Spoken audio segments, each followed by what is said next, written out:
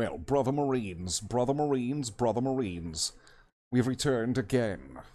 Impromptu. On this day, today. And who do I have? Night, technically. Night, it's right, tonight. This night. Saturn night. This is Afterdark. With me, as always, or generally, or often, is Jackler1. Jackler? I'm Jackler1, and I'm the guy in the chair. Specifically, the fat guy in the chair.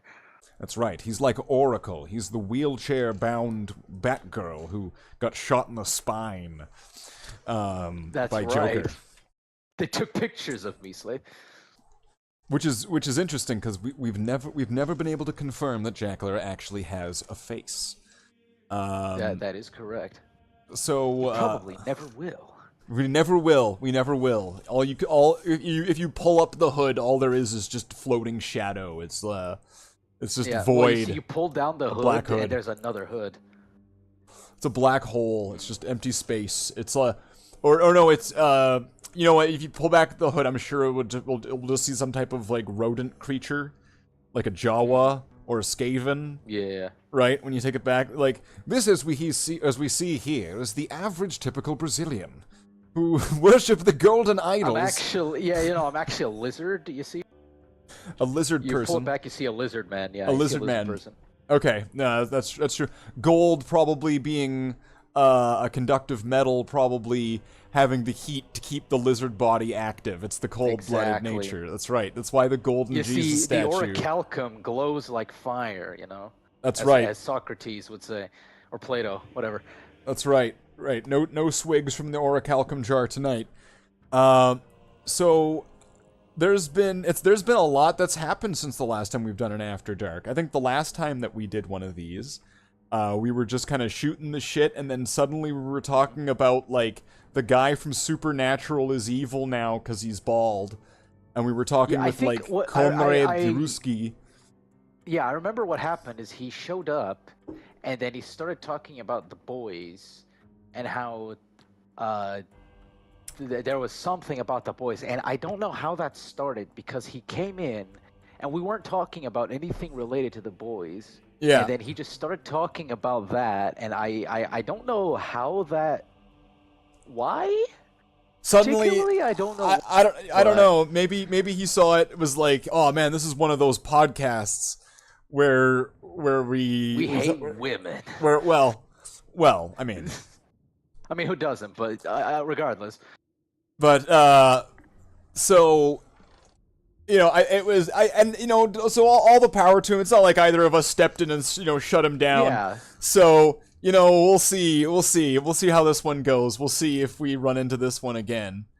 So I was kind of thinking, talk about some of the things that came out recently, because I was really wanting to get to sit down and talk about the new Fallout show, the one on Amazon. I haven't.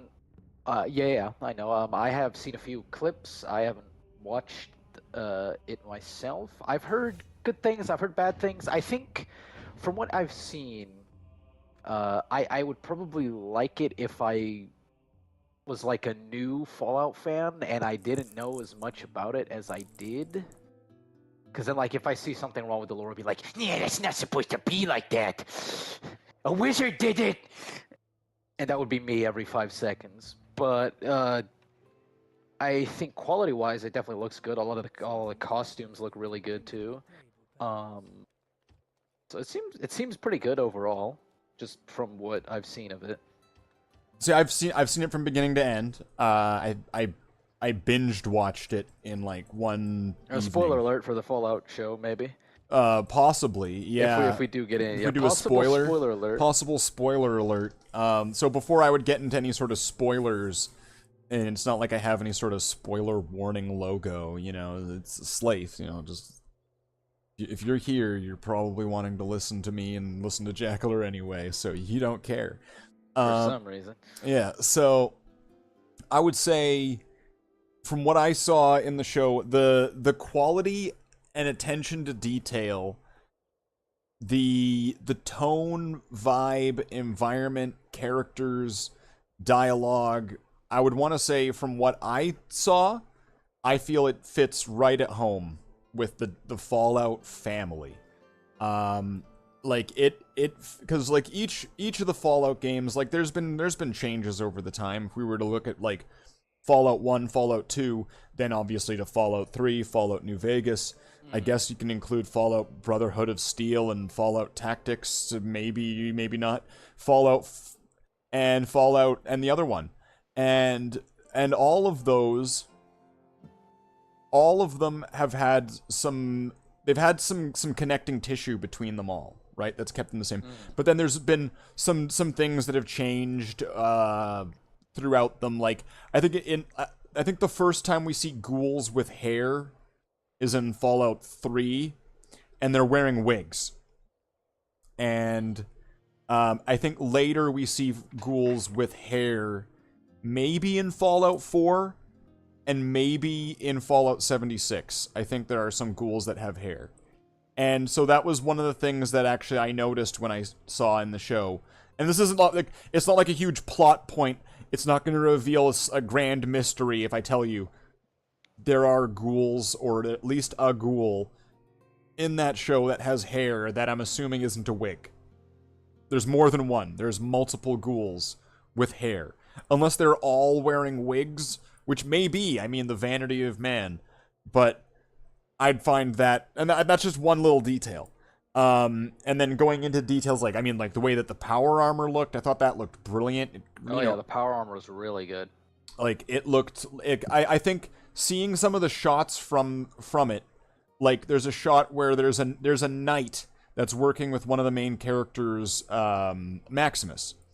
And one of the shots, like without getting into what's happening in the scene too much, when it's doing a close-up of the knight, and you're seeing him there without his helmet on, and he's got like the skull cap on, and the way he's kind of even sometimes just down to the ways they're moving their heads and talking, it reminded me a lot of like the stop animation clay heads from the first game, like or whatever. Like a lot of the talking and characters. He looked actually just like one of the characters from the original games. I actually even thought it was kind of uncanny how much he looked like he would have taken right out of that game. This knight character. And then we get to see some vault life, and there's lots of little, like, neat little nods, and I don't know if they're Easter eggs and references, sound effects, like, one of the main characters, Lucy, she's the Vault Dweller character that you would see in, like, the trailer, so she's the one that's from Vault, 30, is it 33? 32? She's, there's, like, a part, and once again, this isn't, like, a huge spoiler or anything. When she gets to her location, her Pip-Boy makes the sound of when you get to a location, I think. I think it might be the one from Fallout 76. And like there was just a few things. There was just a few little nods there that almost made it seem like now the things you experience in the game are things that your character that is actually experiencing in the world. Like the Pip-Boy is making a lot of these noises, and the quest markers and things like that. I really enjoyed how they did that. Like this is, and I've not seen all of Halo all the way through yet. We don't talk about Halo. Somebody got me to sit down and watch a few parts of Halo, and I was just sitting there just watching this scene where I don't know who she was, but there's this other Spartan comes in and just starts like beating Master Chief in the face and over and over again. That's what we want to see from. And I'm just sitting there like, wow, this game is just like a pure assassination of someone's childhood hero characters or whatever. Yeah. And I can, say good things about. I probably don't like it as much as you do, but I can say good things about the Fallout show. I don't think there's anything good to say about the Halo show. I couldn't find anything redeeming. I would want to walk into it generously and be like, "Hey, what's this about?" But was not good. I think that's the difference. You can still be optimistic. I can't. Yeah, maybe it's probably a greater flaw and fault than it is a benefit. But as for we want to see for the Halo shows, we want to see Master Chief getting butt ass naked. That's what the people want. We want the Master Cheeks. We need Master Cheeks, and we need to get him beating the shit out of in the locker room. We need to beating the shit out of the locker room. We need him to bang this human woman who is with the Covenant. Even though the Covenant hate humans, they're working with this human woman because she's the chosen one. Yeah. Does that make sense? I honestly found, like, there's if someone had such a fine-toothed comb to go over every single bit of lore and theorized lore and speculated lore for Fallout, right? I didn't notice anything particularly with the show that slapped the series in the face and went, no, we're the show. Like, no, look at me. I am the captain now. This is my show. I am Fallout. You are the false Fallout. Like, I've never seen anything in the show that was like that, to what I could gather. In fact, if anything, I felt like it was more celebrating the games and the rich lore that came before it. Unlike things like Resident Evil or Dead or Alive, right? Even things there was a that Dead or Alive show? There was a Dead or Alive movie. Oh. Yes, where the main villain at the end had super sunglasses that could help him kung fu fight all the characters at once, and his only weakness was getting rid of his sunglasses. Yeah. I wouldn't know. I don't really know that much about Dead or Alive. All I know about Dead or Alive is titties. Yeah, the beach volleyball. That's all you need to know. Yeah. I mean, if that was the movie... Oh, if the movie was just beach volleyball with titties, it would have been a much better movie, and it would have been remembered, and but then there's the other ones that are more well-received, but still, like, it's kind of give or take on if they are really celebrating the games that came from. Then there's things like Mortal Kombat and Street Fighter. Like, once again, much better received by audiences. At times, you could argue for and against, are they really celebrating what they're from? Like, some of them more than others. Like, the Street Fighter movie, the costumes in that one were amazing to what they looked like in, like, the games. And then the Mortal Kombat movie, I found that one just had, like, more of the, I don't know, taking it serious tone. I think Mortal Kombat, I think, is definitely one of the better video game movies. Now, having been something I watched, Mortal Kombat is something I definitely really like, and I would like to say that I know a lot about. I'd say even if it's not 100% accurate, like, for example, Scorpion and Sub-Zero are basically nothing characters. They're there, they get beat the shit out of by Johnny Cage, stuff like that. But I think it definitely respects Mortal Kombat, and I think it does a good job of showing it. And Goro as well. Goro gets absolutely shit on because we can't have nice things. Yeah, we lose a lot of the Goro, I guess, backstory or whatever. Yeah, Goro. No, see, Goro is meant to be like a fucking demigod. This guy. So, like, in the lore, Goro has won for Outworld. He has won 9 Mortal Kombat tournaments in a row. Okay, I didn't know that. Huge. See, I remember there was the animated short that came out before the movie, where Raiden is explaining to everybody what's going on and who everybody is, more or less. And it's probably because the movie canon is different from what is now like the official Mortal Kombat canon. Yeah. Oh boy, another alternate universe. But yeah, so like Goro killed the previous champion of Earthrealm, the Great Kung Lao, which is the ancestor to Kung Lao, the Hat Guy. And they don't talk a lot about him, but he's meant to be this big deal character. So Goro kills him and then wins 9 Mortal Kombat tournaments in a row. And then Johnny Cage just punches him in the dick, and that's it. That's about it. Well, I mean, I've got questions about Mortal Kombat while we're totally sidetracked on this. Go ahead, yeah. So, Johnny Cage versus Scorpion, right? So, okay, I'm gonna have to put out some groundwork to this before it gets to... So, in the video game, right, Johnny Cage has a finisher where at the end of it he pulls out an like a picture and signs it and then drops it on them, right? Okay. But in the movie, when Scorpion and Johnny Cage are fighting, Johnny Cage like stabs him with a spear behind the shield, and then Scorpion explodes, and then in his ashes a picture, either there's already a picture or one lands. I can't remember. There might already be one there. There's a signed picture of Johnny Cage. So the way I've always seen this as, or the way that it looks, the way that it comes across to me, is that Scorpion already had a signed picture of Johnny Cage before the tournament. Otherwise, at the end of that fight in fucking Scorpion rope bridge hell, with like in fucking Freddy Krueger's house, wherever they're fighting,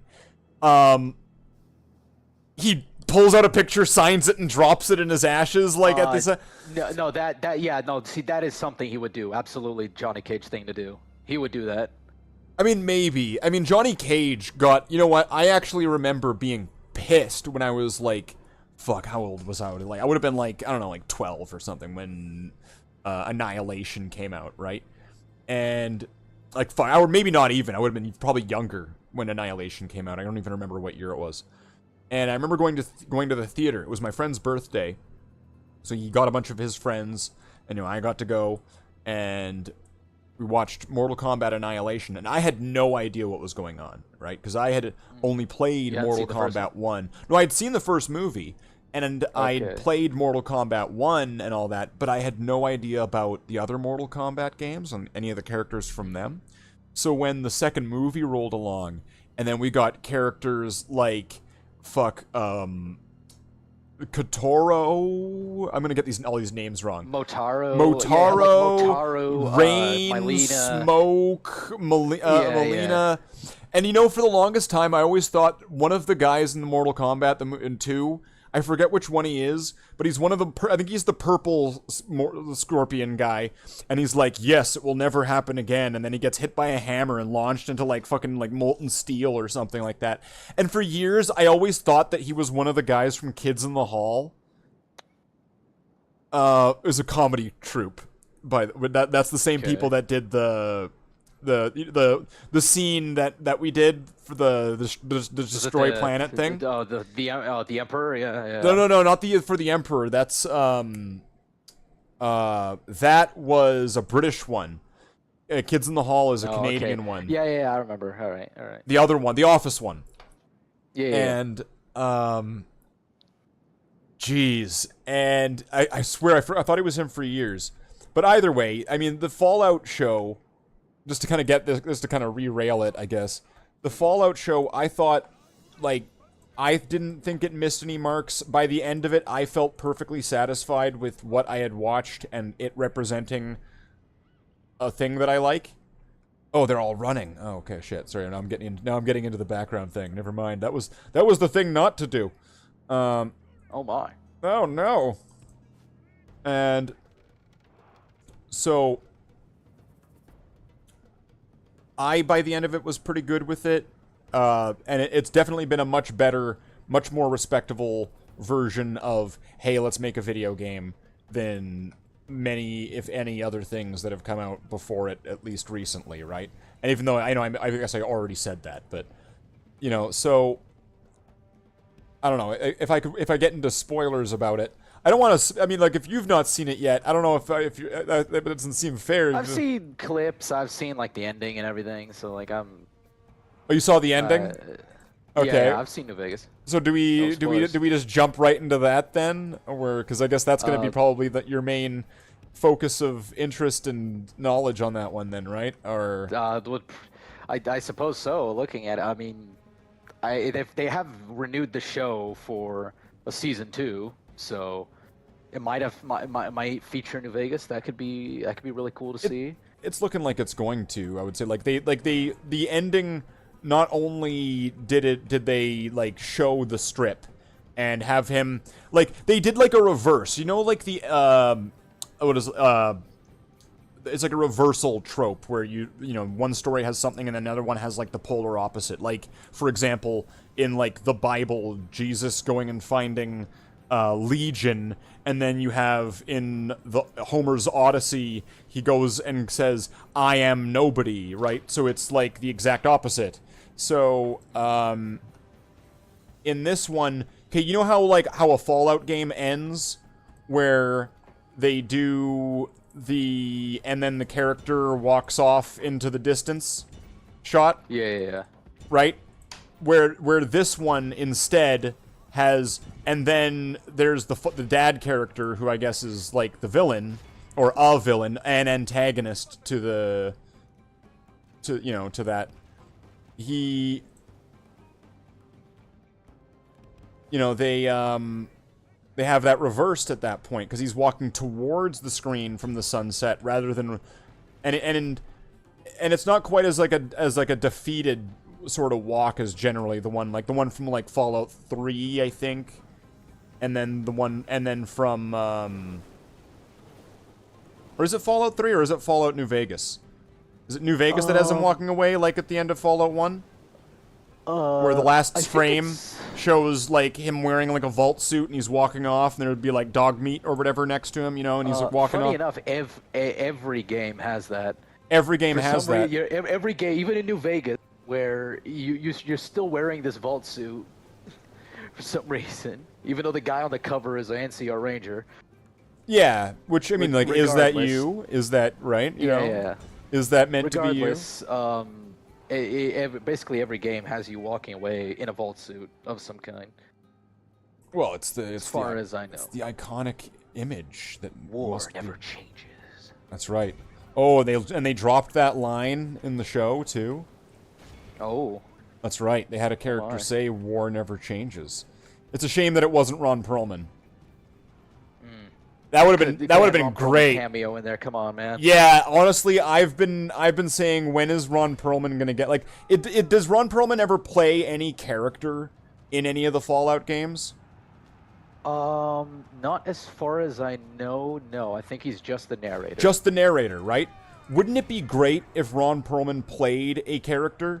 So it was almost like all those times that we were listening to him say that's actually like a character in the world somehow. I know that might not make perfect sense because it's going to be going over like. See, he technically is. Well, you see, when you go behind here, there's an NPC that's called Narrator Man,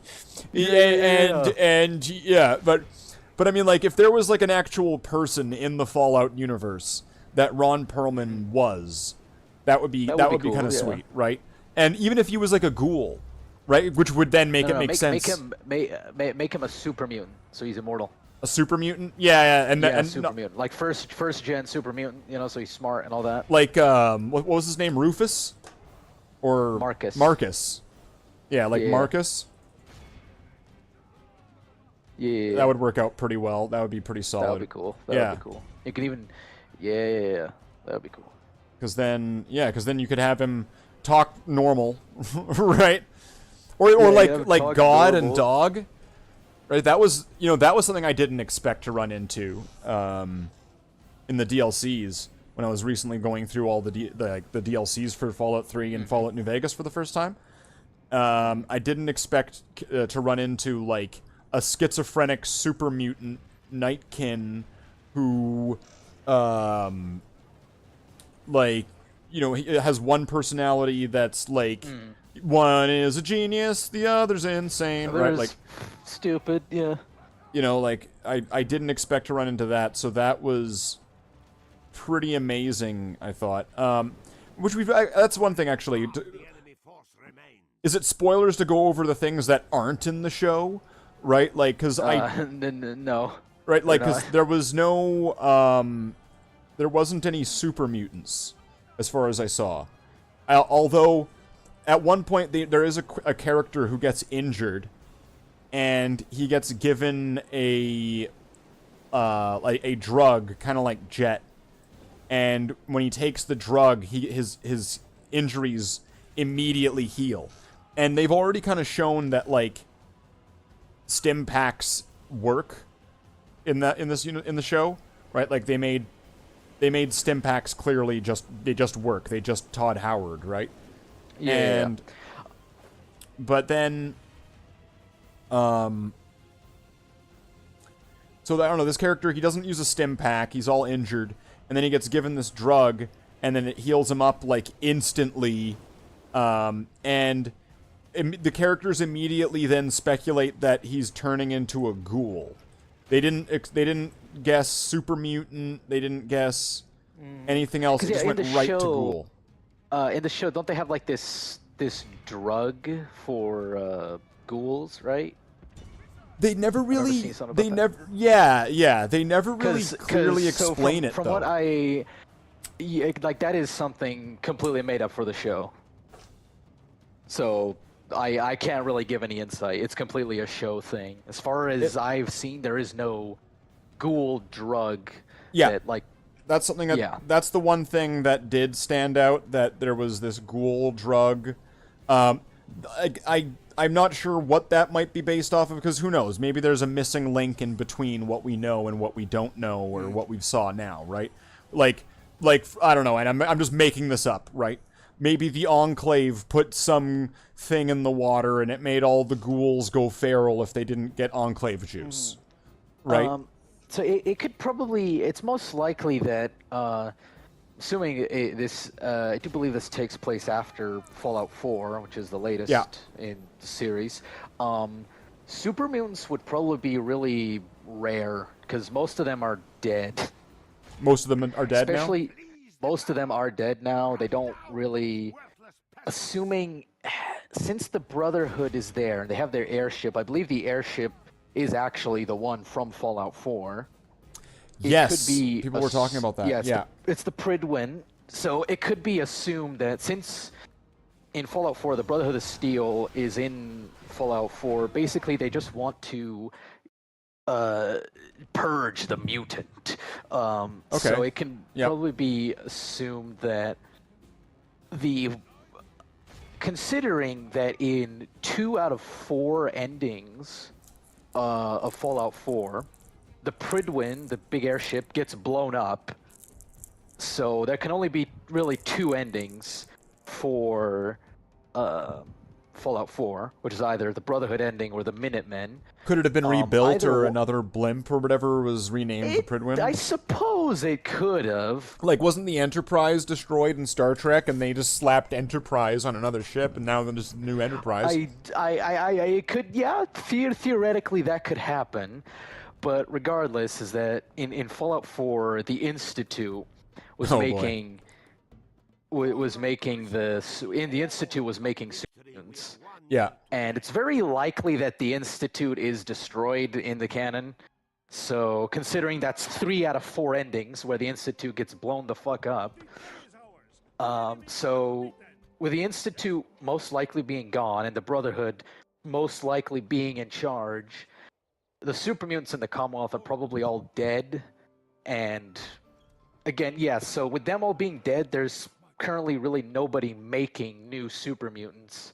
So they might as well, they probably don't even exist anymore, other than like a few who, keep to themselves and are still alive. So you think Jacobstown is toast and all the...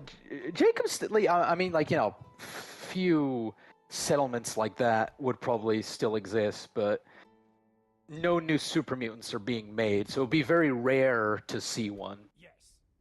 I imagine... Yeah. Because, they're made with the FEV. But then again, they seem to be, like... It's almost like Fallout 1 almost made it seem like the super mutants were made by the Master specifically. Right? Mm-hmm. It's like, it's almost implied. And then the FEV... Which they kind of were. I think it was like the Master found the FEV.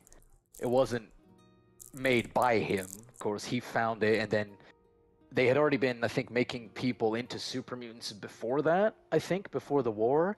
But then the Master said, like, oh yeah, this, I'm all about this, and then kicked it into full-scale production. Yeah.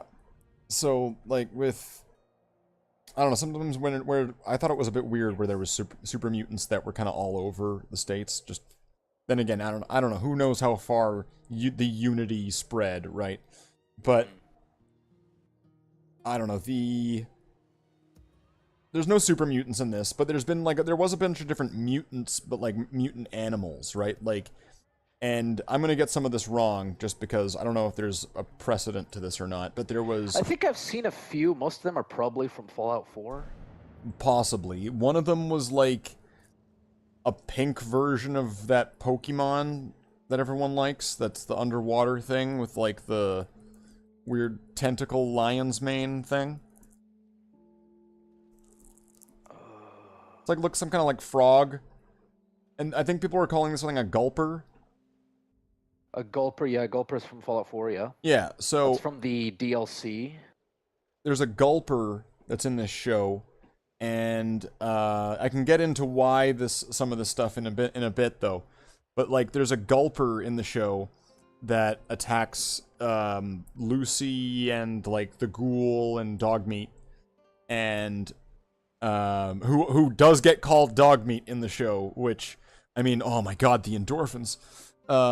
And then and oh no, like there's a whole roller coaster that I'd want to go over on this one, if I may. The gulper tries to eat Lucy at one point, and inside the gulper's mouth, instead of there being teeth, and on like, you know, like the roof of your mouth and like its tongue and stuff, it's like human fingers that were like on the inside of it. It like, I don't know, like pulls you in or something and swallows you whole. And that was I thought it was weird, but also a bit creepy. That's pretty cool. I like that. They get into why that is, and I'll get into that in a bit. At which kind of like the next thing I want to just immediately talk to is some of the weakest parts of the show. I think the thing I didn't like about the show was one of the mutants, who was this like Cyclopean man, who that's the Vault guy. Yeah, Vault guy. He's got one eye. And I mean, like, I get it. Mutants. There should be more mutants of all different types. And they even show, like, I think in some of the, like, Vault Boy slides that are in the, you know, like, that are in the, I don't know, the train, like, what is it? What is it? Like, the start of the game or whatever? You just drank a bunch of toxic waste, and now you're growing an arm out of your belly button. What do you do, right? Yeah. And it shows, like, a picture of this person, and they've got, like, an arm coming out of them. They're like, oh my god, what's going on? Or it shows like I'm having like an extra nose on their face or something like that. And so this show went there. It made mutants that had these exact mutations, something that it's like it's been kind of suggesting exist for a while, but we just kind of never got there. Maybe they just never wanted to make somebody with two noses and like an ear coming out of their teeth in the games, because that would just be like a fucking you know what I mean? It'd be very unique. Alien. It'd be very unique, and they really like to make things lazy and just kind of ship it out, right? So, you know, less money, and not that they made bad products, just that, you know, they needed to make it on a deadline.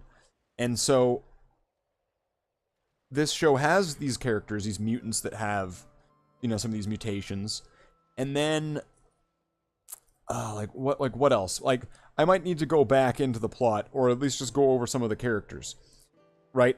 There's Lucy, who we're introduced to as, like, the main character.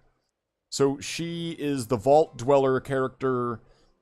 So I would just say de facto, she's the main character of this Fallout story. And this one does, once again, one of those narrative flips, in a way, to the previous Fallout games, where in this game, the Vault Dweller wants to leave to go find and save her dad. Sound familiar? Where her dad has been, instead of escaping from the vault, has been kidnapped from the vault. And so she goes off to go save him, and then it flips at one point, because then that sends her on to a series of like mini quests that are leading her down the path to get to the main quest, effectively. Thou shalt get sidetracked by bullshit. Yes, yeah, precisely. Like in this case, where it's, you know how New Vegas it goes, well, you want to get to the strip, right? And you can go in a straight line, but really you want to do this whole like fucking Or else you're gonna get U-turn eaten by death thing. claw. Well, it's not just the death clause. It's you want to do this whole thing so that way you're going through all the steps and then you got there, right? So she's going through all these steps until she gets there, and the story is kind of flipping between. I think it's like it's flipping between three different stories. There's three different like character stories going on here.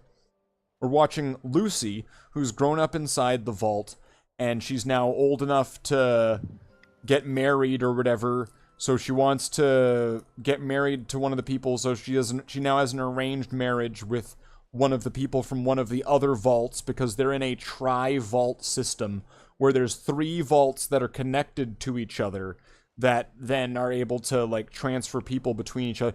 It's almost kind of like, why isn't that just one vault? But either way, it's three vaults, I guess. And so they're all connected. So she's about to get married, and that's her story. Then there's you know, and they're even, I forget what they're called. I forget if it was just called Lucy or whatever her story. But then it goes to Maximus's story. And Maximus is this Brotherhood of Steel aspirant who was found in the destruction of Shady Sands because Shady Sands got nuked like 18 years ago or something like that. And he was found and rescued by the Brotherhood of Steel. So now he wants to be just like them so he can start hurting people like the people hurt him and hurt his friends and family of Shady Sands. So that's his motivation and all that. And then there's the third storyline, which is focusing on Coop Howard, who honestly I think I every time I think of the character's name, I'm thinking like, did they name him Howard like Todd Howard? And they were like, oh wow, he's like the founder of Fallout, and it's like, you know that they acquired this. John Fallout. It's like, you know that they bought this game, like they bought the license to make. What are you talking about? So they made Coop Howard, and he's this he's a war hero between the war between China and America, who fought in Alaska and stuff, and turned actor, right? So he's an actor, like, so essentially like I don't want to say 40s or 50s style Hollywood actor, but also that's just because of the aesthetic. It's Fallout, so we can just make that leap without maybe having to explain retro futuristic Fallout. And it goes with his story, with him learning the secrets of vault tech and like conspiracies around him, and because his story is taking place just before the bombs drop, like maybe months to weeks, maybe a year, like somewhere prior to the bombs dropping, but also sometime after Anchorage. And then there's almost like a fourth story, but it's really kind of the third story still, where there's the Ghoul, who is Coop Howard, but just in the modern times. Right? So he becomes the Ghoul.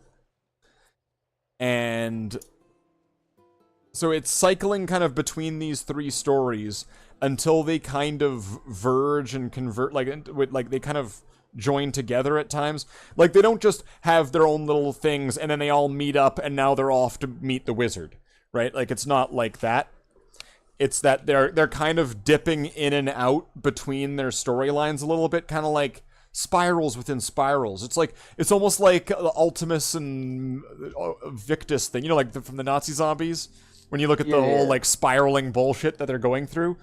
It's almost like that, where their stories are kind of spiraling around until they kind of crash into each other a few times, until finally it reaches this big boiling point where so Lucy is sent after this scientist, and the scientist is working for the Enclave, and it's showing the scientist he's like a little mini vignette story that happens in the larger story of it, where he's this guy who's working for the Enclave, and the Enclave are making like attack dogs. So they're breeding. I forget the dog. The one like like Batman's dog. You know that one that's like it's like black and brown. Bathound? What? It's not a bloodhound. No. No, Bathound. It's called Bathound. Bathound. Oh, okay. Yeah, Bathound.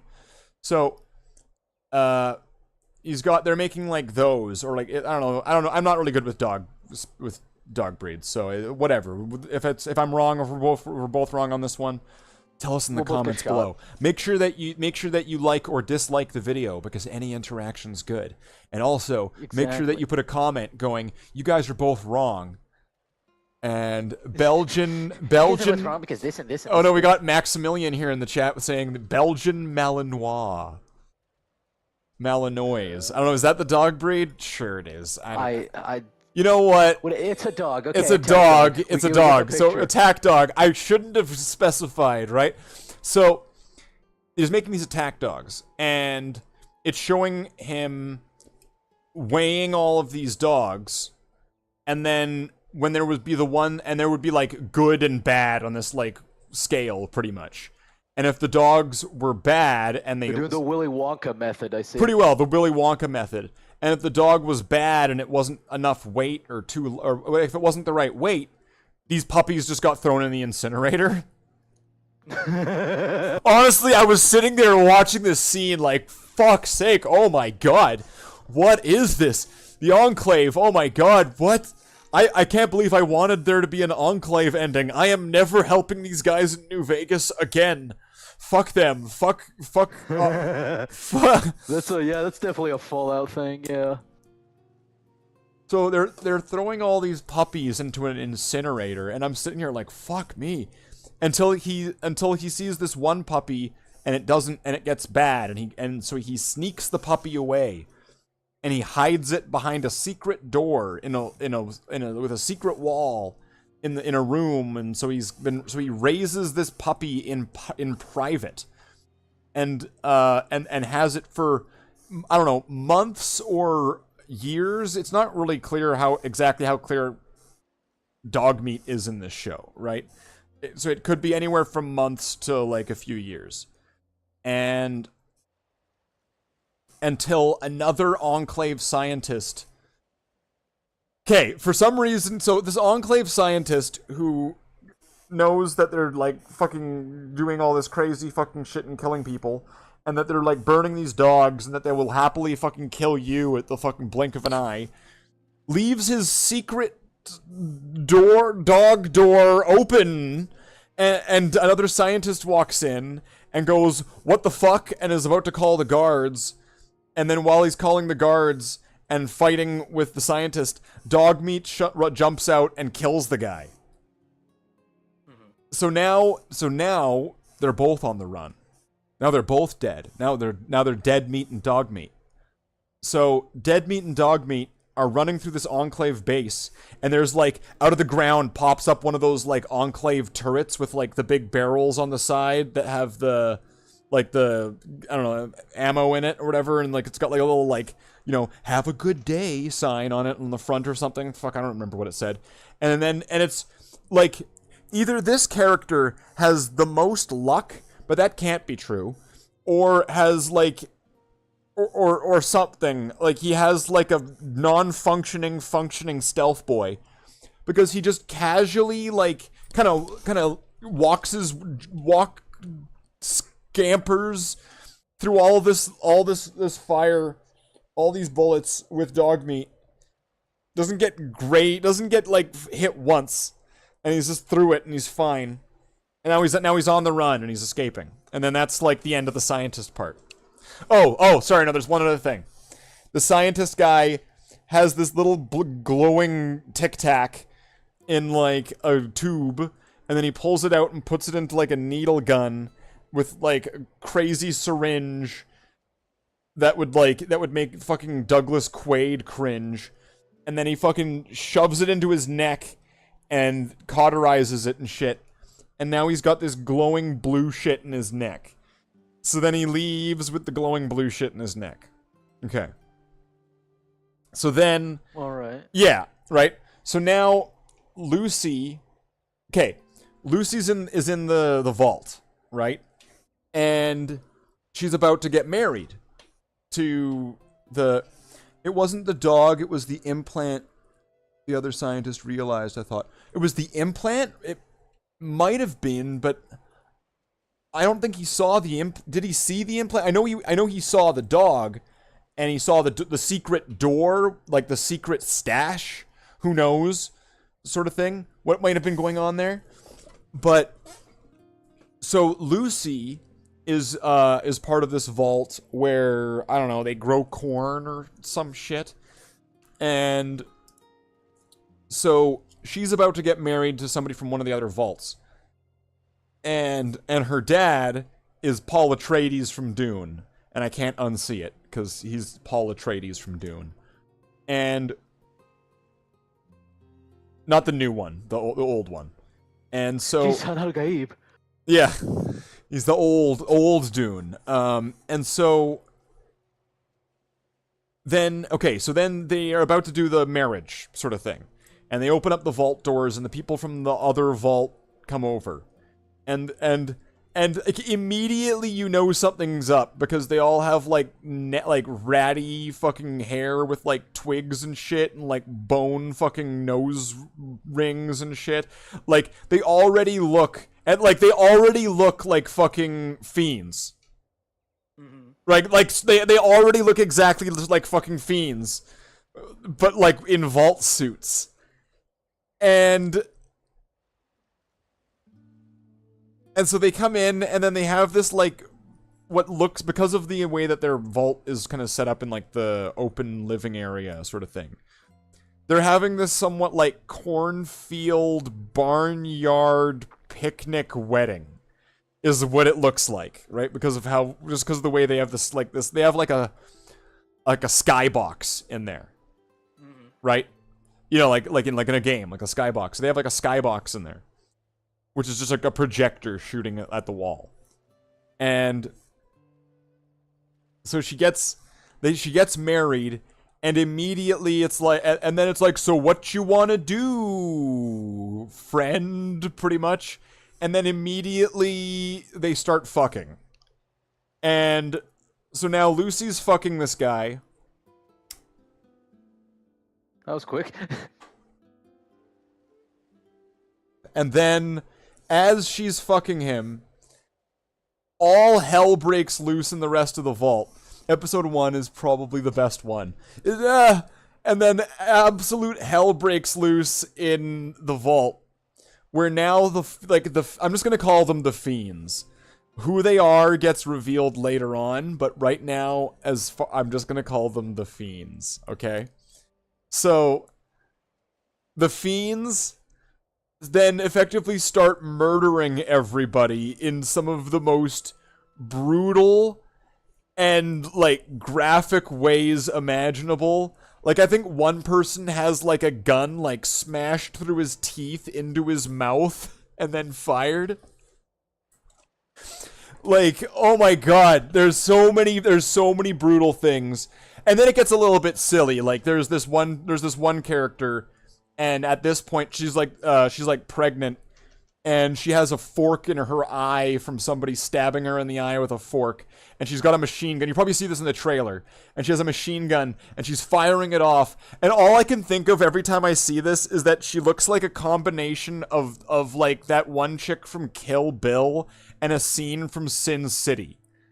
Like, if it's Kill Bill and Sin City's bastard child is that exact shot of her going, ah, and like, I can't unsee that with that part there. But either way, I digress. So either way, then everybody's dead except for Lucy and a few other people and her dad and all of the raiders, all of the fiends. So then it's like they're at like the front of the vault, right? They're at like the vault connecting tube, because there's like a tunnel to connect to another vault in the tri-vault area, but then there's also you can also get up to the surface where there's an exit from the vault, presumably from all three vaults, not from just one, from all three. So, or there's an exit, an independent one for each different one. Who knows? Okay.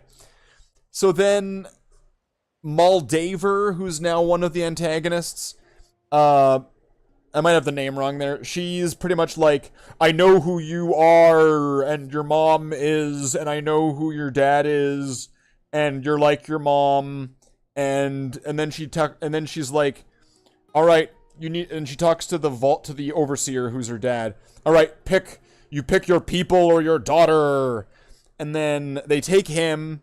Moldaver blows up the exit to the vault while Lucy's locked in a room or something, and then all the other characters run away into the vault. So nobody dies there, where it's implied that somebody's gonna die, but nobody dies there. So now Lucy and her little brother Robin from the 1960s Batman, who I can't tell if he's older or younger than her, because he's smaller, scrawnier, looks like Robin from the 1960s. In fact, if they were to make like a remake of the 1960s Robin, I really think that guy would be perfect for him. And the other guy from the vault, who ends up as kind of like the cuck, I'm gonna support this pregnant woman through her pregnancy character, he would make a great Batman if they were to redo that. Actually, together their chemistry worked great as Batman and Robin, so I will give them that one. But so Jesus. All right, so she gets okay. Also, that guy. So Cuck Batman is Lucy's cousin, who Lucy and her used to have cousin sex or something. I don't know. But they decided not to do that anymore because that's wrong. But he's hung up on her and is in love with her and wants to stay with her so that way he can have creepy cousin sex. So he's also the guy that's able to open. He has the position of guy who can open the vault to the surface, which I don't know why anybody would have that job, because they made it clear in the vault that it's going to be the next generation of vault dwellers that will have the privilege of going to the surface. So I don't know why that position wouldn't just be on freeze until somebody can go up to the surface. But so either way, so obviously that's a lie that people can't go up to the surface, right? So so Lucy goes to the surface, opens it up. You get that iconic shot of the thing opening, and she's outside now, and now let's go, right? Story begins, right? Let's go find my dad. We're Fallout 3, 2. And so now we get another story, and if I'm missing anything here that's super important, probably. I might be missing the part. I forget how she gets the target to go find the scientist, but either way. Then we get to Maximus's story. And Maximus is like, his role in this one is he's almost like the character from Jarhead. Did you ever see that one? I think I've seen a few of it. All right, like an army movie going through boot camp scene where this character's getting like essentially hazed and razzed and bullied, and there's this dynamic of like treat the guy like shit, and he's doing push-ups and pull-ups and all the different things, and he's having to swirl around shit in a fucking outside toilet fucking tire and all this kind of shit, right? So we get to that part with Maximus's story. And then, just to kind of fast forward it a little bit, okay, Maximus's bestie friend character non-binary androgynous female to andron character. The woman in the shop? Okay. All right. I will get to that then. The woman in the shop does it. Okay. She gets fuck. I already fucked this up then. Cancelled. Cancelled. This character. The she, it, they, them. Yeah, this character gets chosen to be a squire of a knight, of a Brotherhood knight. So, Maximus goes through this whole, like, rage arc, which takes, like, 20 seconds. And until, like, and then the next day, female to andron, non-binary of steel character, puts on their boots, and there's a razor blade inside their boot. There's a snake in my boot, and shreds up their leg, their like tendon or something, you know, like fucking Hostile or something like that. So now their leg is absolutely fucked, and they're useless. Maximus gets blamed and gets like beaten up and shit or something, and then he's innocent, and then Maximus is now the squire for the night. So in other words, he gets mad that his friend gets promoted. His friend then suddenly gets injured. He's actually happy that it happened, and he wanted it to happen, and he says that to his elder. He's like, I wanted it to happen. And so it happens, and now he's promoted, and now he's the squire, okay? So now Maximus is going on this adventure with his knight. We're now full Vietnam. Flying around in a fucking vertibird, right? And so now we get Maximus trying to warm up to his knight, and we're trying to get he's trying to talk to him. He's like, so what's it like wearing the power armor? What is that? Was that the T-52B, or which one's that? And the knight guy like grabs his cod piece off of his armor, tears it off, and throws it at him, and he goes, there, wash that for me. Honestly, that part's it's like, here, wash my jock strap, right? Like, oh my god, they're such assholes. I love it because it brings it back to like the old Brotherhood, where they weren't just like dogmatic space marines. They weren't just, you know what I mean? They weren't space marines, and they weren't army, right? They were assholes. They were like xenophobic technology, fucking acquiring and wanting to have fucking assholes, and I was really into that with this one. It seemed like it really fit the bill, and so they jump down into like the woods, and ironically they just happen. Oh wait. Now let's go back to Lucy's story. Lucy goes to this town where, let's go to never mind. Let's go to the ghoul story. Ooh, there we go. Everyone's favorite. Here's the ghoul that before I knew what his name was, before the show came out, I just called him New Vegas. And so, New Vegas, the ghoul, he's this cowboy ghoul character. And he's like some kind of bounty hunter type character, at least when you're introduced to him. So he's definitely this cowboy bounty hunter character who's hunting people down and bringing them in for caps or for whatever he needs to get his drug. And he then, gets he hears about this target that like the Enclave are after, that everybody's after. That like everybody's after this guy because he's got something, so we need to get him. So the ghoul starts going after him. He gets like, I forget if he gets like a picture of him or something, because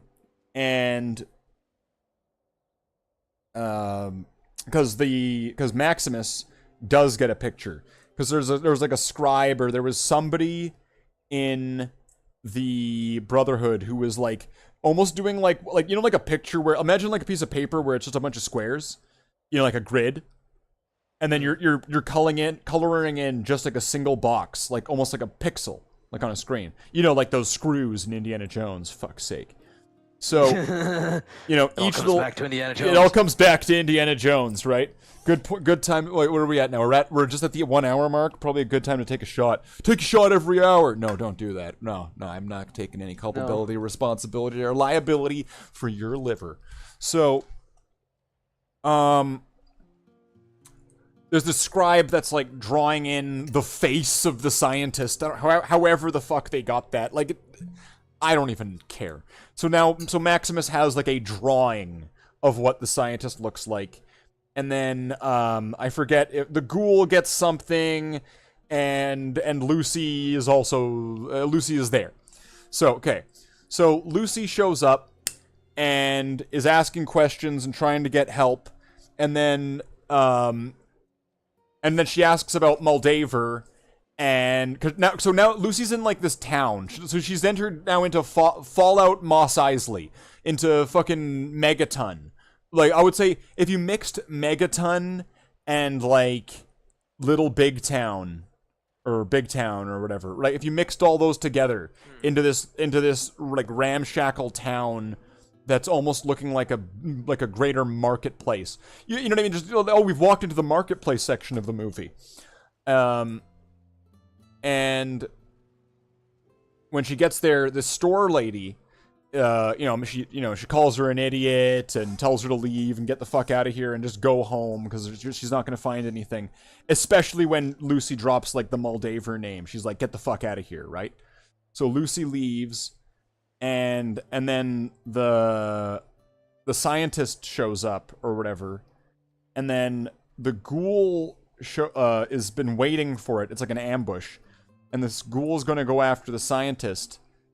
But then everybody in the town tries to kill the ghoul because there's also a bounty on his head as well, I think. Or it might just be because they're trying to work with the scientists. So now the ghoul is able to, like the ghoul, I would want to say, is Fallout New Vegas. Because you know how you can walk into, like, a settlement in Fallout New Vegas, and then you just fucking VATS kill everything, and you're walking out like a cowboy. You're walking out cowboy cool. He's definitely cowboy cool. And he manages to take down the entire place, and then he blows off the scientist's leg, and then Maximus shows up, because, okay, I might need to go back to Maximus's story now.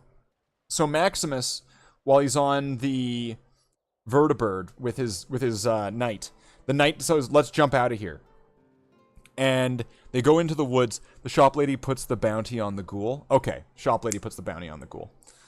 And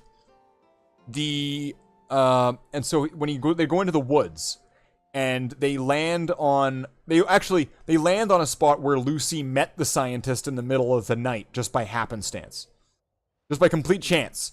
Lucy falls asleep in the middle of the fucking, I don't know, the fucking Mojave, with like a campfire, and then, like a creepy creeper in the night, he sits there watching her until she wakes up, so that way he can go, you shouldn't have fires at night, the bugs will eat you. And then like I don't know, and then he, like, they travel together, or he fucks off, or I forget. So now she brings him, or like she gets to the store lady or the scientist gets to the store lady, and he gets his leg blown off, and then Maximus shows up. Oh wait, I need to go back to the Maximus story. So Maximus lands in the woods, right where that fire was, but like the next day with his knight, and they go into it, and then they're just kind of sitting there in the middle of the woods, and then the knight gets attacked by a mogwai. Oh no! Wait! Yaogwai. What's a mog? Yeah, what's a mog? I think is the thing from Gremlins, I believe. Never feed them after midnight. Yeah, don't feed the Yaogwai after midnight. Don't sleep. Don't light a fire after midnight. Don't light a fire after midnight. So, okay. Or else this guy's gonna show up. Because there's like a cave, and so he's like Maximus, go in the cave. And Maximus is like but you have the armor. You go in. And it's like, just get the fuck in there, squire. Do you know what they do to people who don't listen to their knights? And it's like, fuck, he's dead either way, right? If he doesn't do it, he's dead. If he does do it, he's probably dead. So he goes in. And then behind the knight is the Yaguai. And the Yaguai just starts fucking him up. He's just tossing him around. Oh, no. Is it that what happens? No, I think he tosses him around like once or twice. And then... Or something happens. Fuck, I can't remember. And then the knight, like, stumbles forward and, like, falls on his face and then, like, hits his head on a rock and, like, dies. Like, he falls over and dies, effectively, is what it is. There's a little bit more to it than that, but that's the basics of it. He falls over and dies. And they shoot the Yaguai or something, or it runs off, or fuck, who cares? Who cares at this point? The Yaguai, no one cares. It was fun, but we're moving on. Out of the picture. So they take the helmet off of the knight, and it's, I forget, it's like this New York comedian actor with like some ginger guy, and I recognize him from stuff, and I think I saw him like complain about Donald Trump in some video on YouTube, and so he's the knight. And he's like, you dumb son of a bitch. Go get me a stim pack. You motherfucker. They're gonna kill you when we get back to the Brotherhood. And then Maximus is like about to get the stim pack after he said that. And then he's like, nah, I'm just gonna sit here and watch you bleed to death. Cause fuck you, that's why. And then I'm gonna take your armor. Because fuck you, that's why. And then I'm gonna be running the show here. Cause fuck you. That's why. So then the knight dies. Maximus gets in the armor. Who knows what he did with the fucking body? I don't know. He ate it. And then... right? And then... He's got the cannibal perk. He's got the cannibal perk, yeah. He came for the fine dining in the upper class. And... so he is now walking around. Steak tasted funny. They said it was a clown. I ate a person. So he's walking around in the suit, and he's getting used to walking around in the suit, and he's stumbling around, which, fuck, I can relate. And at one point, he, like, kicks a tiny little rock into a building, and the whole building collapses, and you can just see the excitement on his face, like, holy fuck, this is gonna be awesome! And then he learns that he can fly at one point. I didn't know they could fly. They fly now. Fallout 4, yeah, there's a jetpack.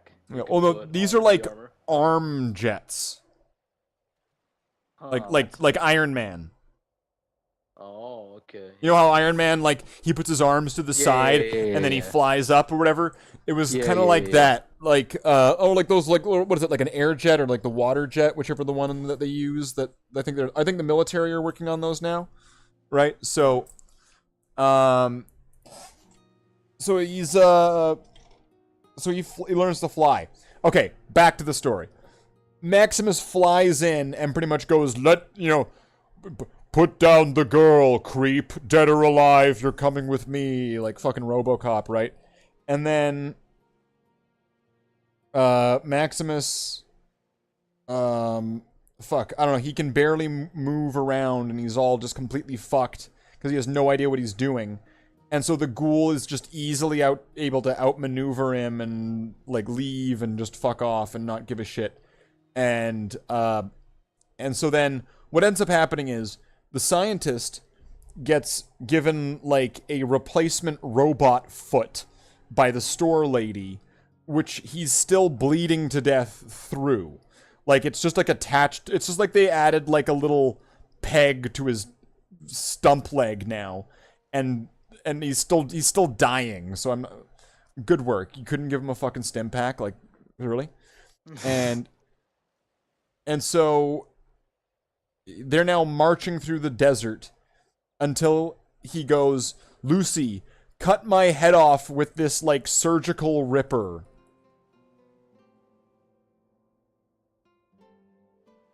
And so she cuts his head off. Yeah. So then, because she just needed to bring the head. Really, she just needed to bring that little fucking blue thing. But I guess it's in his head. Like, I guess, you know, he really trusted that she would cut at the right spot in his neck. Right? Yeah, that was excellent with the knight being like, oh shit. Yeah, he's like, oh shit, oh shit. Actually, with the way that the dialogue of the knight was, it actually made me think kind of like some of my own runs playing the game. And it almost made it seem like that would be something that a player would do, would be saying, or something like, you know, they walk around a corner and then there's a Yogwai behind them, and it's like, oh fuck, oh shit, I'm out of here, I'm going. So that time you got jump scared, fucking Deathclaw in 3, I think it was. Oh, that's right, Curry. Someone in VC. This is the illustrious Jackler 1, the mod and hero, the legend himself. Seen me around. That's right, the Dark Angel, as featured in such wonderful short 40K parody films as Darkseer versus the World and the other one for the Emperor. Yeah, the other one for the Emperor. Yeah, I don't remember what we called that, but that one. Right, we got some highs from Jackler. That's right. Give that Jackler love in the chat. So then now she cuts off his head and she goes on his way. The dog has also been following the scientist, by the way, because he's the Dogmeat is the scientist's dog.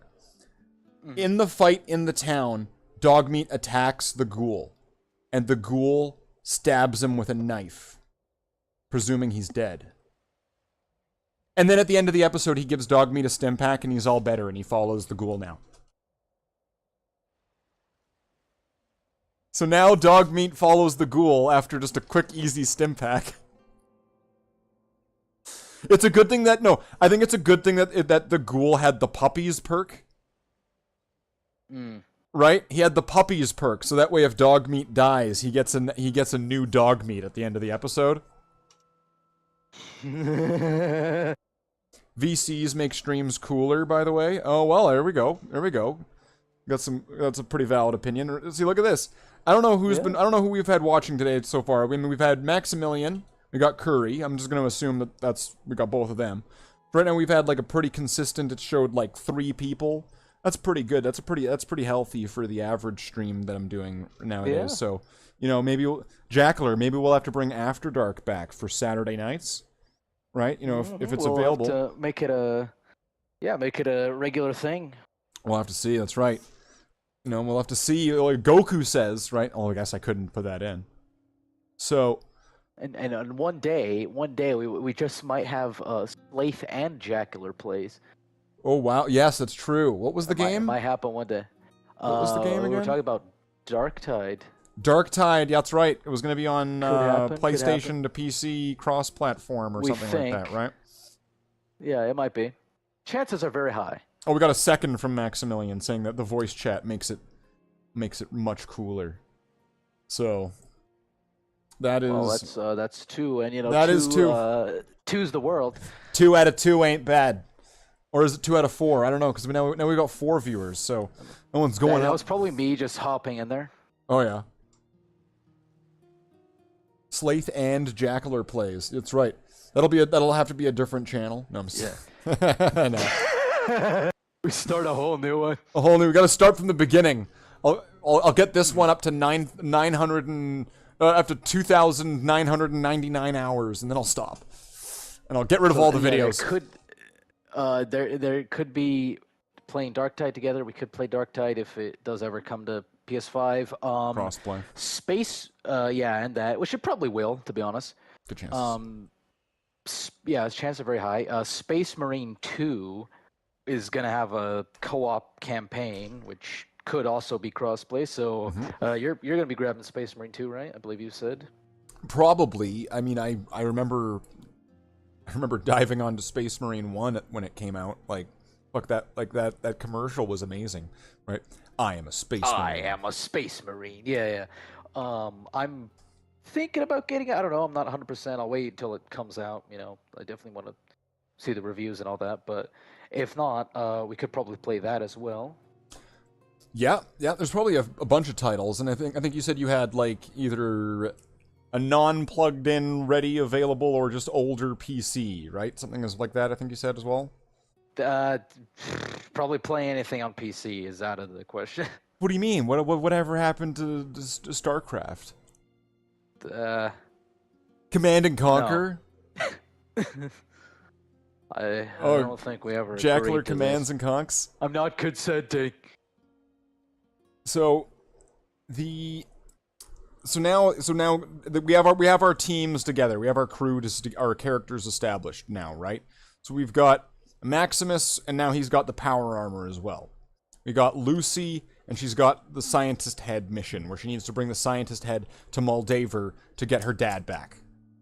And then we've got the Ghoul, who keeps going back and forth between him and the past, with him and his wife, who works for Vault Tech, and him in the present, where he's also going after the head, because he knows that he knows that the head is valuable, and that it has something that, like, the Enclave want, and that possibly other entities, which I'll get into later, may want. So,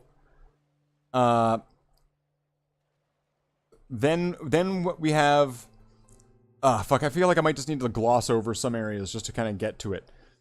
Yeah, otherwise, like, if you go through every detail, we're probably going to be... This entire stream is going to be the Fallout show. So, okay, so Lucy meets Maximus again, and saves him from... Oh, no, Maximus gets a squire. And the squire learns that he's Maximus and not Titus. So he takes the power core, locks him in, runs away, and takes the head, because somehow Maximus gets... No, because somehow Maximus gets the head and everything, or something. Like, I forget how this all kind of comes about. But he gets it, and then the squire runs off and leaves with it. And the squire's the same guy that takes the FEV and gets his gets healed, gets his foot healed, because his ankle, his whole bottom, like, got, like, stomped by Maximus in the power armor. And Lucy then at one point goes to, like, a super duper mart where she meets a Mr. Handy that's gonna harvest her organs, where there's these two guys that are pretty much just these two kind of watching TV kind of potheads. I can't relate to them at all. And they what is it? The Ghoul comes in, and Lucy frees a bunch of feral ghouls, and they end up having to kill the feral ghouls and stuff, and the two losers get killed, and that's also it's after Lucy also gets used as bait to catch the Gulper, which has the head, and what is it? He gets the head from the super mutant puppy thing, saving the squire. A superhuman guppy. Yeah, that's right. That's right. The squire's about to get eaten by the Gulper, and then it pukes up a bunch of shit, including the head, so that's how they get the head. And so then the Ghoul is using Lucy as, like, currency now, and sells her. And then she leaves after she has, like, a Batman fucking v Superman Justice League moment where she's talking to this Ghoul and she's like, "Your name is Martha. It's Martha." And it's like, how do you know that name? How do you know that name? Why did you say that name? Right? And so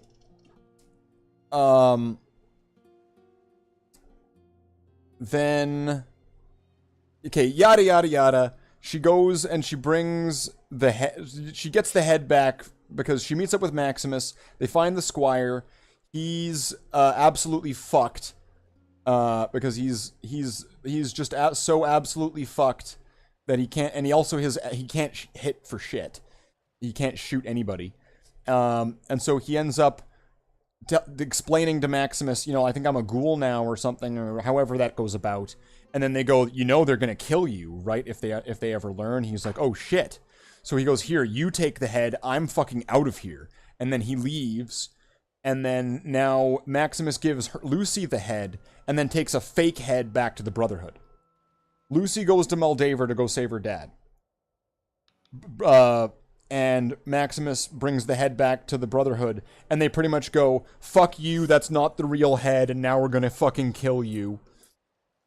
Until he goes, no, I know where the real head is, I can lead you to it. And then they pretty much go, you better, ya boy. Right? And then, so now, Lucy goes to the, observatory building from New Vegas, I think?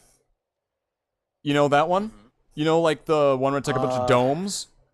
I think that's where, like, the glowing one guy is, where it's the, we're gonna go to the upper up above, and... Oh, yeah, help me, Repcon Outlander Center. Landman guy. And, you know, hey, smooth skin, but you're a human. No, I'm Yeah, not. the guy who isn't a ghoul, Yeah. So they're there. And, oh, and guess what? The building's also slapped, New California Republic all over it. So these raiders... As far as I'm concerned, the raiders from earlier, the people that were like all taking jet and fucking bones in their nose and fucking crazy murdering people, that's the NCR, as far as I interpret it. So who knows what happened there? I don't know. The Fiends won, and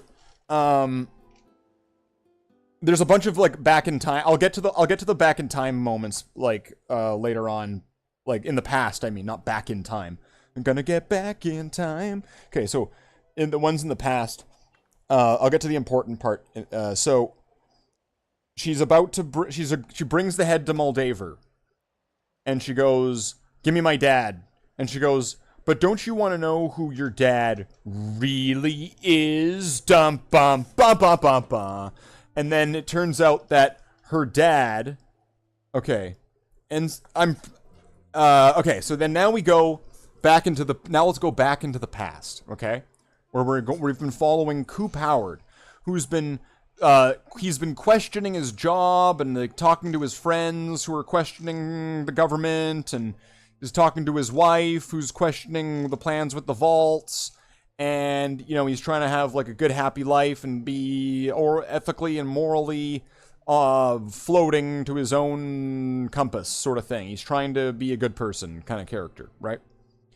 And he's doing things because he loves his wife, and he thinks it's good for America, and all this kind of stuff.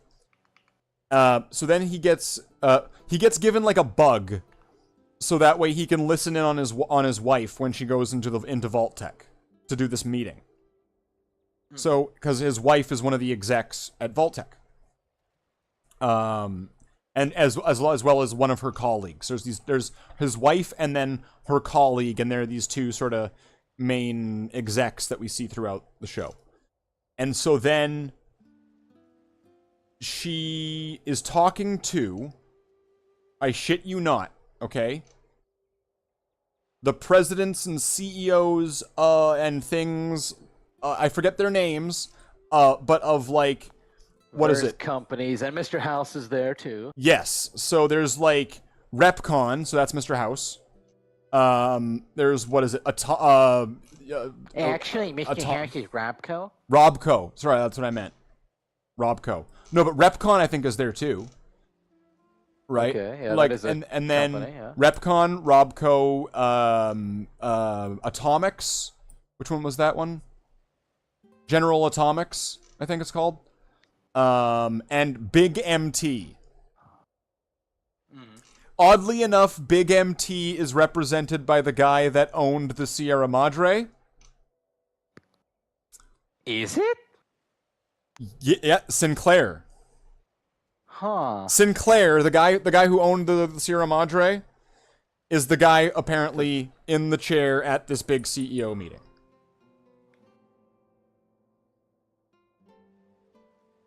I don't know why, but he's there. So they're all talking about what they're going to do with different vaults. And they're all going to have different privatized, like, exclusive rights to certain vaults and be able to do whatever the fuck they want with them. Which kind of works as a nice sort of backup to, like, how Robert House had a bunch of vaults that he put fucking, like Securitrons in and shit. You know what I mean? Like, he straight up had vaults, right? And like, by, you know, provided by Vault Tech. It's not like he just like reverse engineered their shit. They are Vault Tech vaults. So the fact that it kind of just backs that up, that he was given one specifically that he could do whatever the fuck he wanted with, just like all these other ones where there's all these vault experiments. Like Sinclair is mentioning, oh, we could overpopulate one of the vaults so people have to compete to survive. Oh, we here at whatever have made an AI toaster or whatever the fuck they said. I don't even remember what they said. It wasn't an AI toaster. But we want to see how a vault run by that would work, right? Like, all these different ideas. So now all the different experiments are getting a little bit of like, here's that moment. Oh my god, roll credits, right?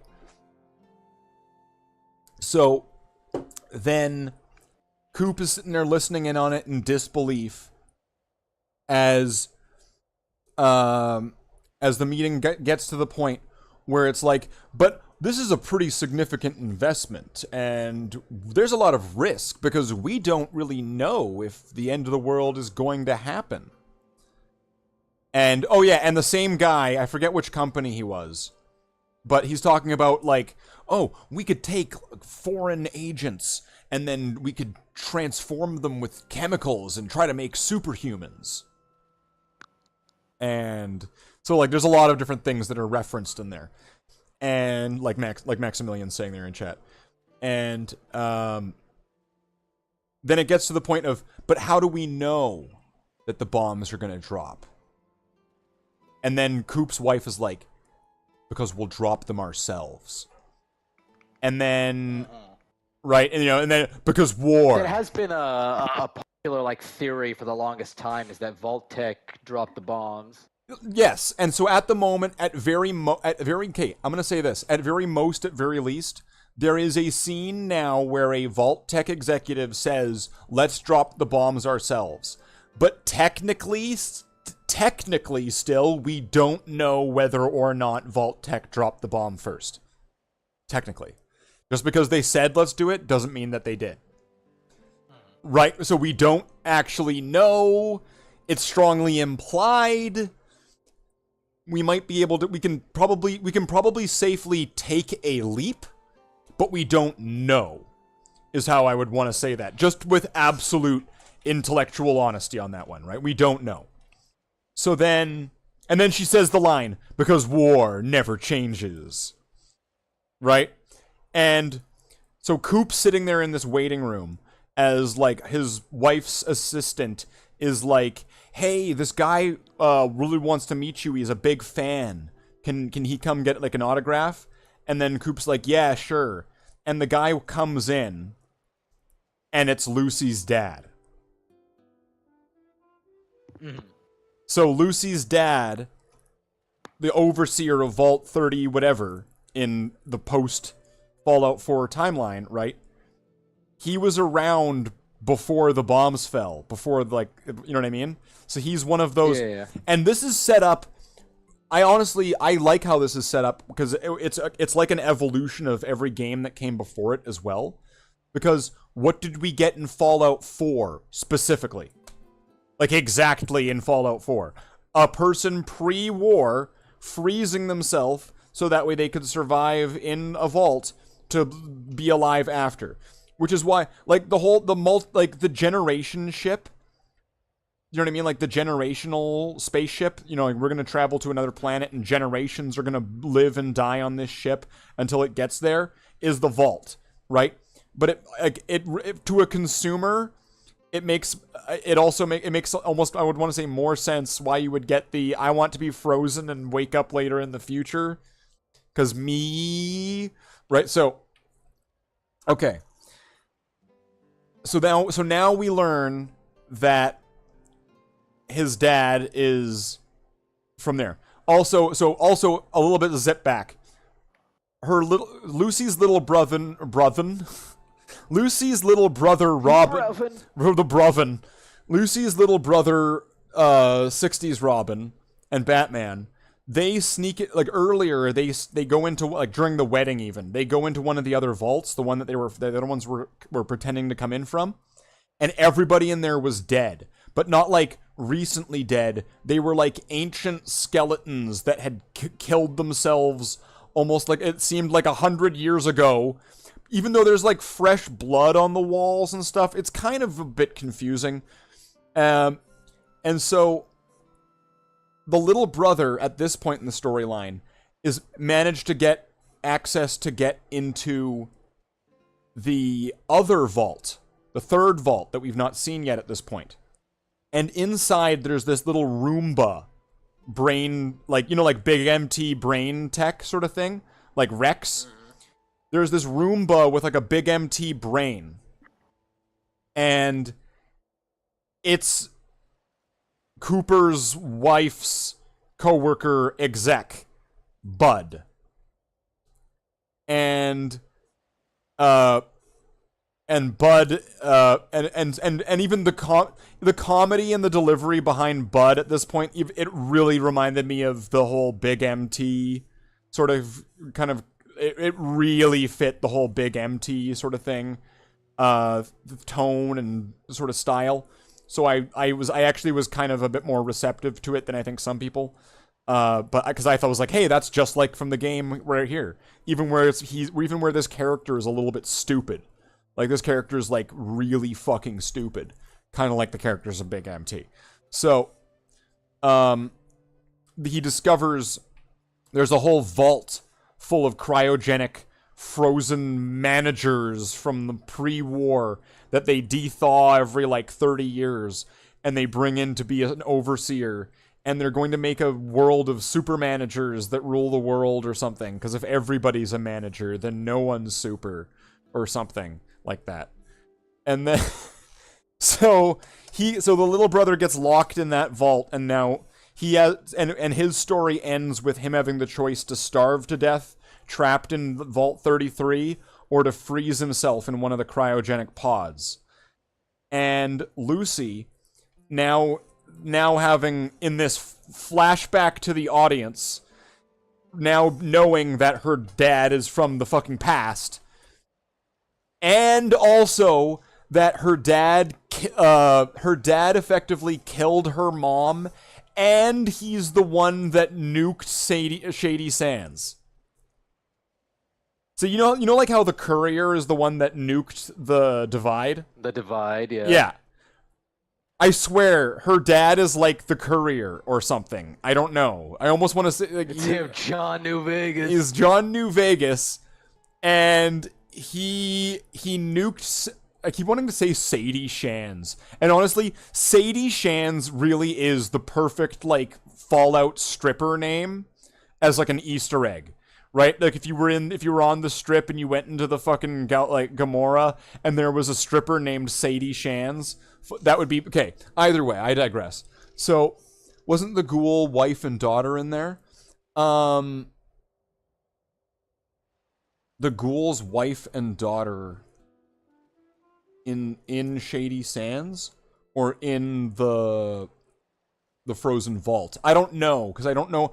I didn't look over. There was probably a list of names. If I were like freeze framing it, maybe it shows one of the vault dwellers from the first vault, who was like the Vanguard person who became the next overseer. She was also from the past. There's this lady that takes over as overseer when Lucy's dad gets kidnapped, and she also was from the past.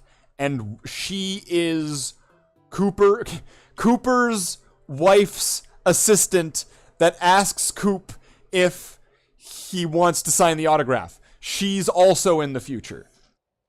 And her name is listed alongside the dad. So there might be a few other names in there that I might have missed, but either way.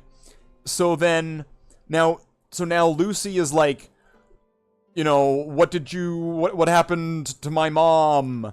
And there's like a dinner table on this ruined building, and Moldaver's like, look at that ghoul over there, and it's like there's like this snarling zombie from the fucking Walking Dead, like with this necklace, and it's like, oh my god, that's my mom, oh my god, and then it's like, Lucy, Your dad has the secret government code to cold fusion. Infinite power for everyone forever for free. And then immediately the dad's like, "No, Lucy, no, just don't listen to her. Stop it. Stop. Stop. Stop. No, stop." And then she's just like, "Fuck you, Dad. Give her the code." And you can see in his eyes going like the fuck. Like, we can't, I can't, we can't do this. But he gives up. He gives up the code. They put in the code. They activate the cold fusion machine, and now they have infinite power. And then all of the buildings across California start just immediately lighting up. And you can imagine it in a horizon scene where there's all these buildings that, of course, the lights are all on just conveniently, right? And so everything's just turning on, free power. And then the Brotherhood attack. And so then there's this great scene where the Brotherhood and the NCR are having this firefight in the courtyard of this place. And there's a power armor guy just fucking grabbing people and throwing them around and just whipping them around. You've probably seen it. And yeah, you showed it to me. He clearly put everything into unarmed. And and so they get through that until it leads to what is it? Moldaver leaves, and what is it? So Maximus comes in and sees. Okay, you remember how the raiders at the slave park in Fallout 3 had a skeleton in a bird cage with a birthday cap? Lucy's dad is in a giant one of those. He's in a giant fucking bird cage. For some reason this exists in plentiful amounts in the Fallout universe.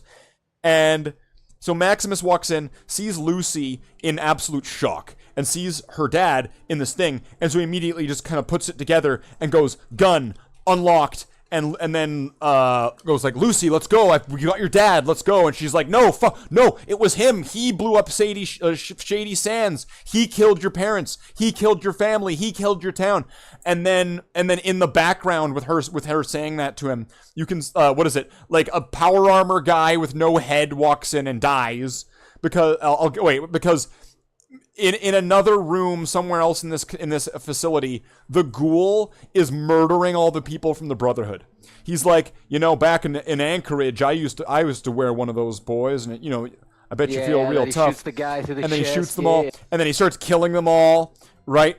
And then so now this headless Brotherhood member walks in, and so in the background, Lucy's dad puts on the power armor and pretty much goes "You're coming with me, Lucy," and then smacks Maximus on the head and knocks him out, and he's fucking in a coma now, and then he's about to take Lucy, and then he gets shot in the face, and then he says this quote that he said from his cowboy movie days, from a movie where he shoots the bad guy in the face.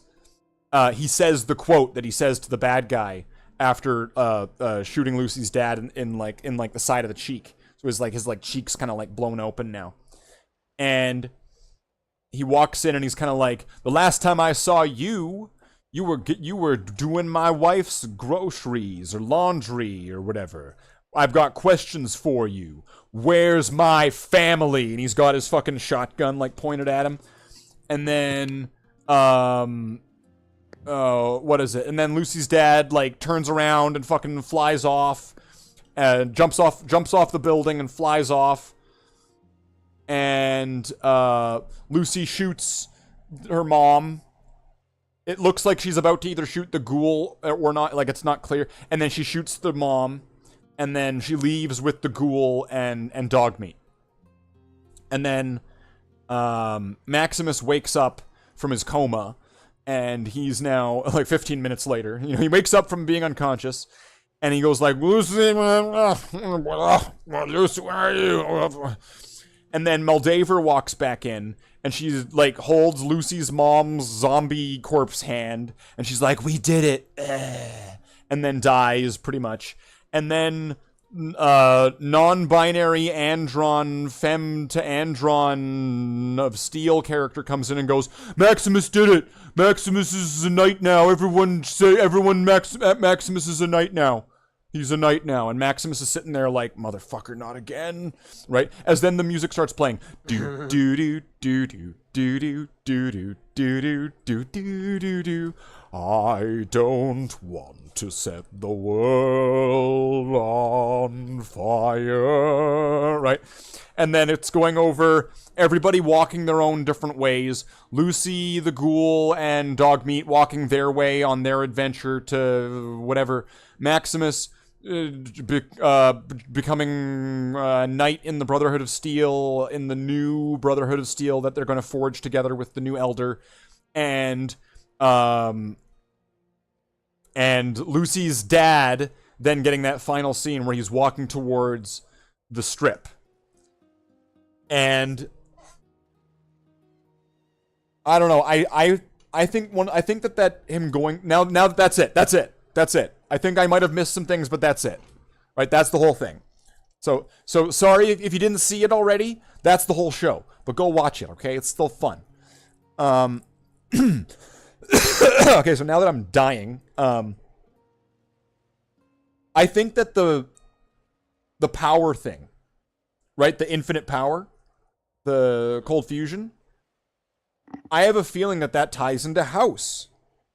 And then also removing your brain and being able to put it into somebody else's body or brain, or to copy your brain or something like that.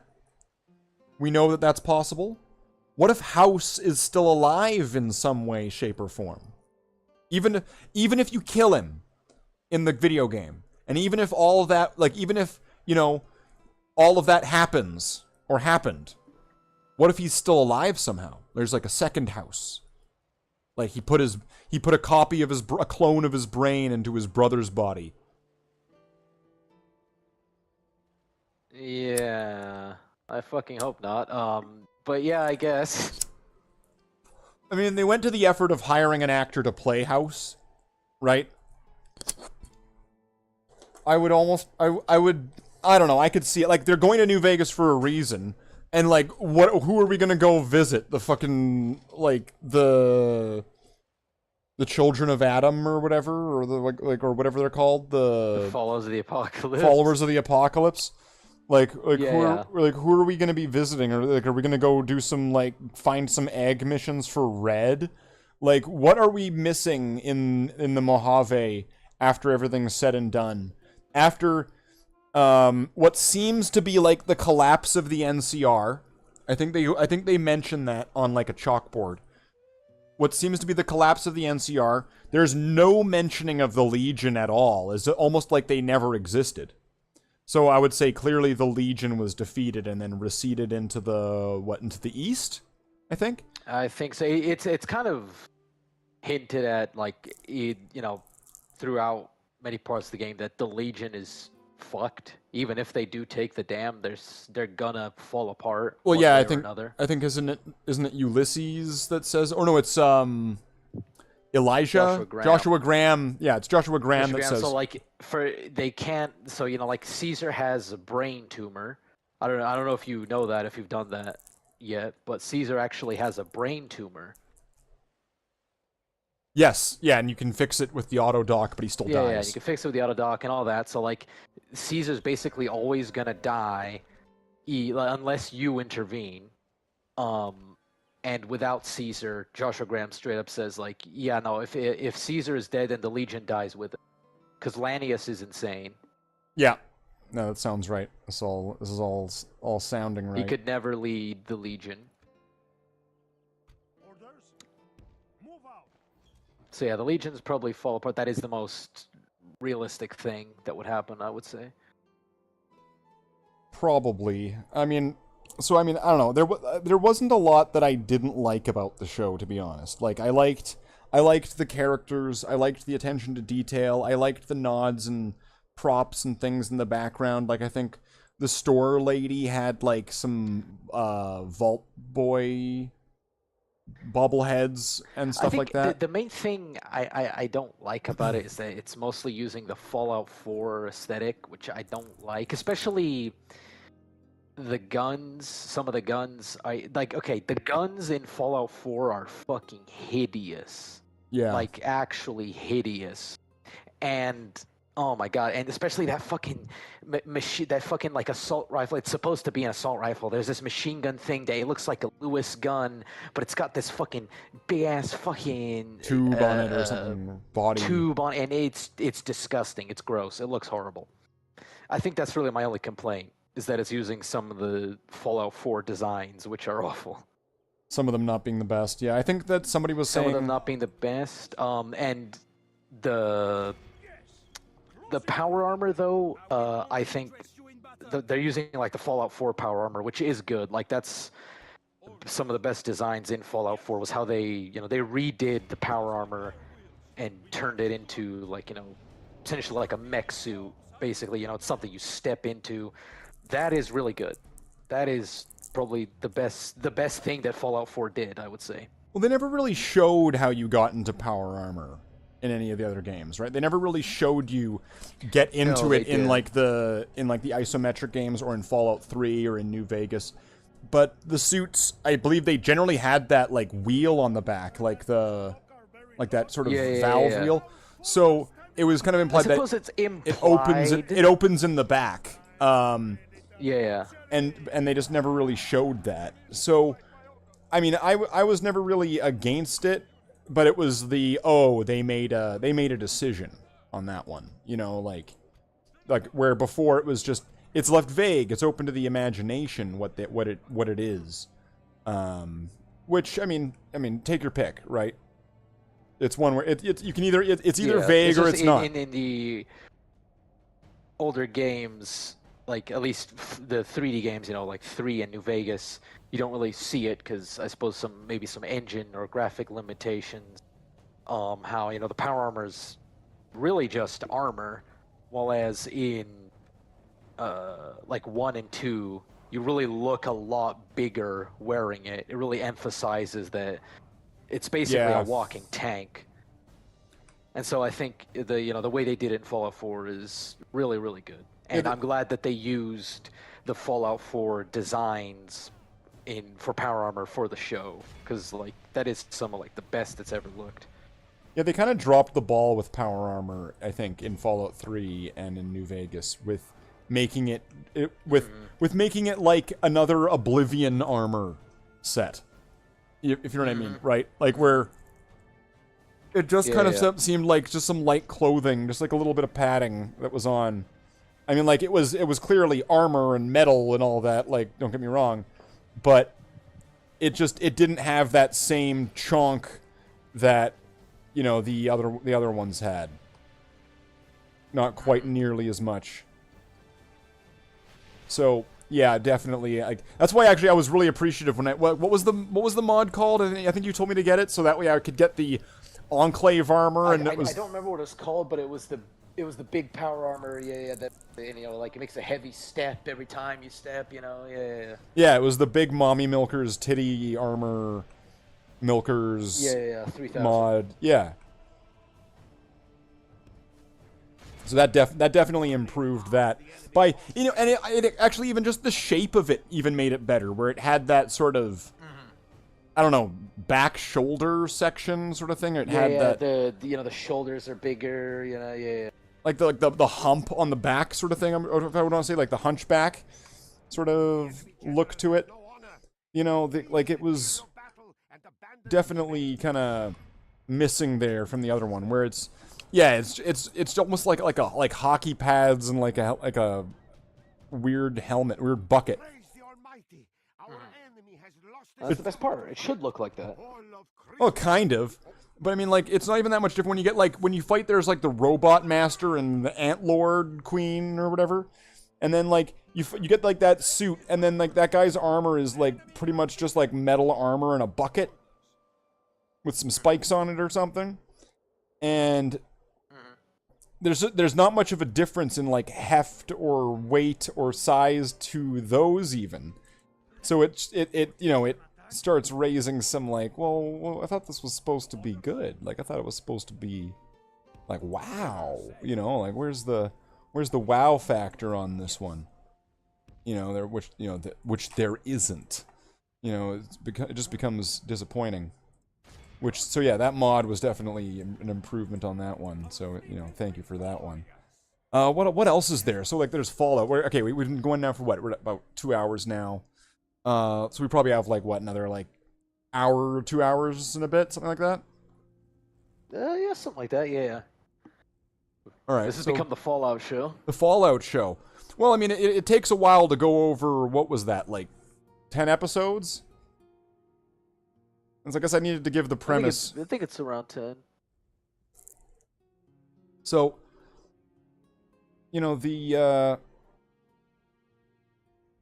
what else was there though? I mean, there was a few things. Oh, so I guess there was that. I guess if I need to get into it, because I guess I've not really talked about this in depth.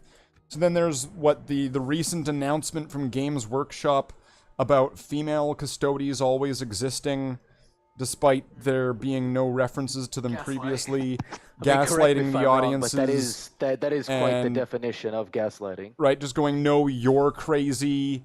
We were always this way. And then people connecting that to BlackRock and whatever other sponsor. And apparently, because of that, Henry Cavill is apparently quite mad, and he wants to leave the Amazon 40K project. Well, didn't he want to make the show as accurate to the lore as possible? So I bet this is how this probably happened, right? It was so Henry, how come you've not hired any women to be these Custodes characters? Oh, well, because in the lore, which I'm doing a lot of respect for, none of the Custodes are women. Oh, well, we'll see about that, Henry. Ring, ring, ring, ring. Oh, blah, blah, blah, blah, blah, blah, blah, blah, blah. Oh, GW would like to talk with you, Henry. And then he takes up the phone. Hi, this is Henry Cavill. You're making female Custodes now? Yeah. So that is the lore. Always been there? So that is the lore. So if I want to faithfully represent the lore that I'm wanting to do based off of what the lore is, that is the lore. Okay.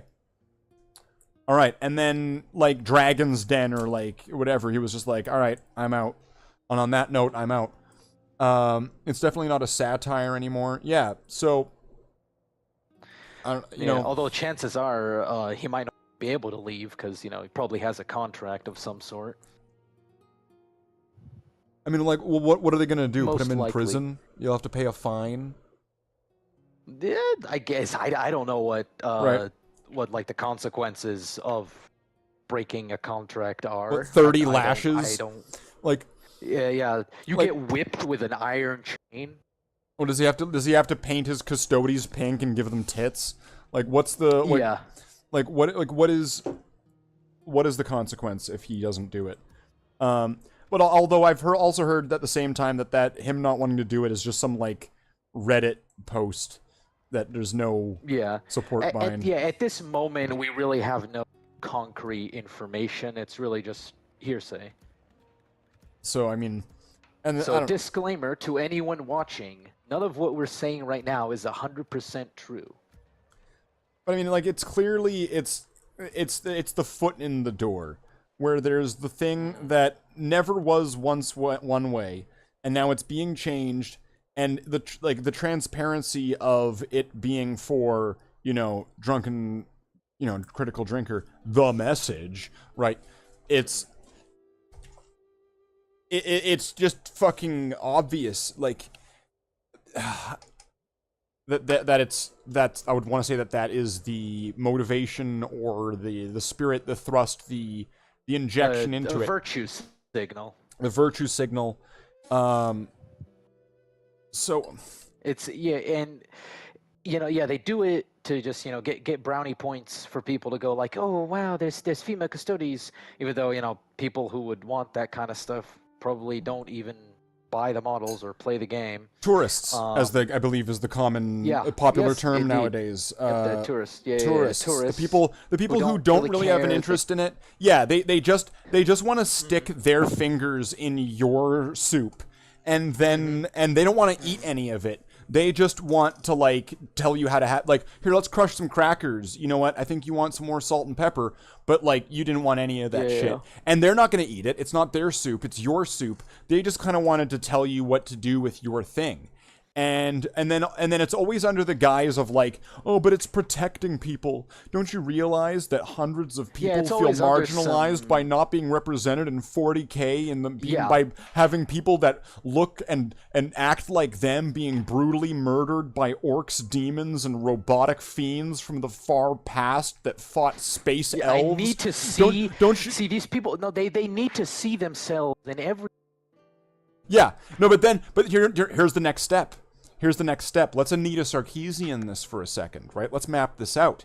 Because, one, it's not just enough to get women into the space of Space Marines or Custodies, right? The next thing you need to do, because once again, I just pointed out, they want to have these people in 40K, this setting that brutally murders you in the most horrific ways possible by having you kicking and screaming as your teeth are ripped through your eyes. So as your flesh melts off, as your soul is burned into a billion pieces and ripped by dark gods and then used as their fucking bath tissue. So like, they want that, but no, the next step is, quote, Anita Sarkeesian, I don't like video games, they're icky and violent. Now we need to get rid of the violence. So now anybody can be a Space Marine. You can have women Space Marines, you can have trans Space Marines, you could have handicapped wheelchair Space Marines, anything you want, as long as it's representing somebody that's marginalized. And then, after that point, now the next thing we need to do, well, you know what, let's get rid of that icky violence, because we don't really want people to be able to, like, represent themselves too much and then, like, have group representation and then have those groups fight. Because, like, we can have women Space Marines and then somebody can have men Space Marines. And you know what? It's not really PC to have men attacking women, right? Like, we all know that that's wrong, right? And we can't have women Space Marines, like cisgendered women Space Marines, attacking the transgendered Space Marines, because that's fairly problematic for the transgender community. Even though we want equality, we can't have that. And we will let you have. You can exist in this world, but we can't let you be violent towards each other, because that would be like a miniaturized hate crime. So really, the next step at that point is to then get rid of the violence of this war game. It could only be because otherwise, I mean, I don't know, like, is it a problem if you have, here are my Space Marines that are all white guys fighting the Space Marines that are all black guys?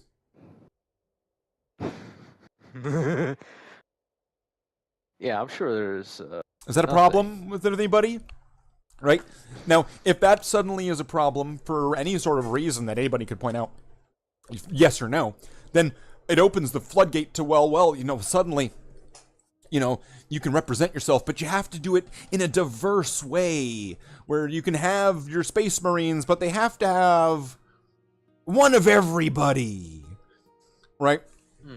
So they like, all of a sudden, it's so now we're dealing with just this pointless thing where it's just a bunch of people wearing costumes. Right, like, what are they doing? What's Warhammer 40K now? Do they have drinking contests? Well, that would be excluding people that might have a liver condition, and that would be kind of a part of ableism, so we can't do that. Well, what about Blood Bowl? Well, not everybody's into sports, so we were thinking like a Warhammer 40,000 musical. That would be fun and fabulous for everybody, right?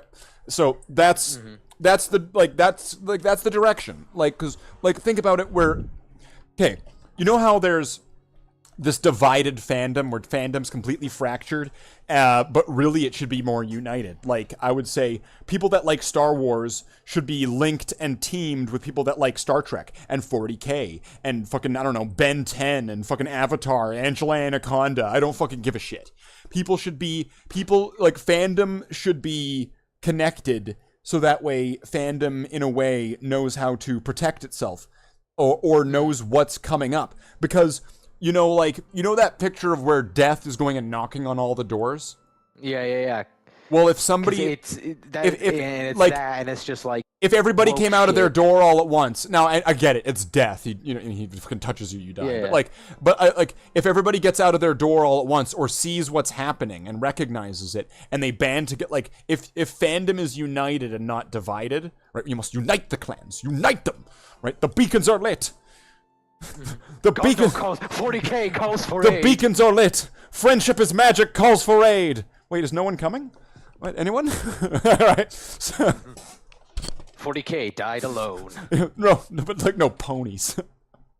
No, that's what I'm saying. Friendship is magic is calling for aid. No one comes. Right. So, no, but look at Star Trek. Look at how Star Trek, just like the Enterprise fucking burning in fucking space and crashing down to its destruction. Bones, what have I done? Or Spock, what have I done? Whoever says it, right? Look at Star Trek. I was just talking about this the other day, where Star Trek had a fucking musical episode. Like a musical. Like fucking High School Musical. Where the Enterprise is... see that. You have the Klingons on the fucking screen and shit, I think. Fuck's sake. No, but there's more to it than that. Okay? Where there's things that will damage... I think that damage the different things more than they celebrate them or but then again, there might be positive reception and negative reception to this. But the things like that, where Star Trek has had a certain sort of vibe, tone, and message for over 60 years or about 60 years now. We go back to Star Trek to the 60s, and then we go to the Star Trek in the 90s or the 80s and 90s, and then the early 2000s, and I don't know. There wasn't a lot of message and shit going on in the movies, so whatever, and the movies, right, and all of that kind of stuff, right. And I'm just gonna start with just the musical part.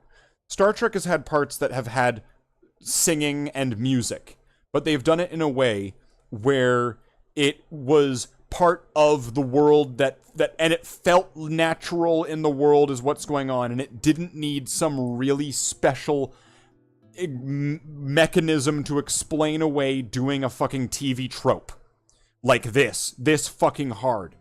So how about this? The original series of movies where it had Kirk and Spock and Bones and all the original people when they were kind of getting older, right? In one of those, it has those three characters singing "Row, row, row your boat" around a fucking campfire, right? Do you really think, when you think "Row, row, row your boat," do you think Star Trek, and vice versa? When you think Star Trek, do you think "Row, row, row your boat"? No, you don't. But these characters are doing this in this way that it seems natural. They're out having a campfire. It's the middle of the night. They're just talking. It's hey, what do you want to do? I don't know. Let's just do a little campfire song. Row, row, row your boat. Row, row. And then they just do it. And then the scene ends. And it's not a huge big deal. And it seems natural. And it seems like something that would really happen in real life. But they're just having a campfire. They're having some beers in the fucking woods. Three guys in the woods. I don't know. Is there a bear? Is there a woman? Which one do they choose? And so... Then we get to Star Trek: The Next Generation in the 80s and 90s, and there's a bunch of scenes with Captain Picard playing flute. You take issue with the Femstodes, but forget Voyager, sir. She was an ass. Shit, I can't see what it says there in the chat. I'm not sure if it's asset or an asset to Starfleet. There was even an Amelia Earhart episode. Well, I'm gonna get to Voyager. I take issue with the Femstodes, but I'm gonna get to Voyager, and the results might surprise you. So, okay, where was I? Next Generation, it had Picard, and he was talking about, he was playing the flute, and then, I don't know, it might have had Data singing something. I think a couple of the movies had Data doing little, British Tog is a something, blah, blah, blah, right? And so it had a scene, and they explain, well, Data was practicing this thing on this play that he's been doing, so if I do this, I can get him to do this thing, and it's this one thing, and then they get it done, and it's done. And once again, that's them singing, but it's not a musical. So once again, I'm gonna get there. And then the last Next Generation movie has, at Riker and Deanna Troy's wedding, Data is singing like 1940s Berlin music with the band, right? And so it's, once again, it's at a wedding. He's a wedding singer. It's grounded in the world that's going on here in some way.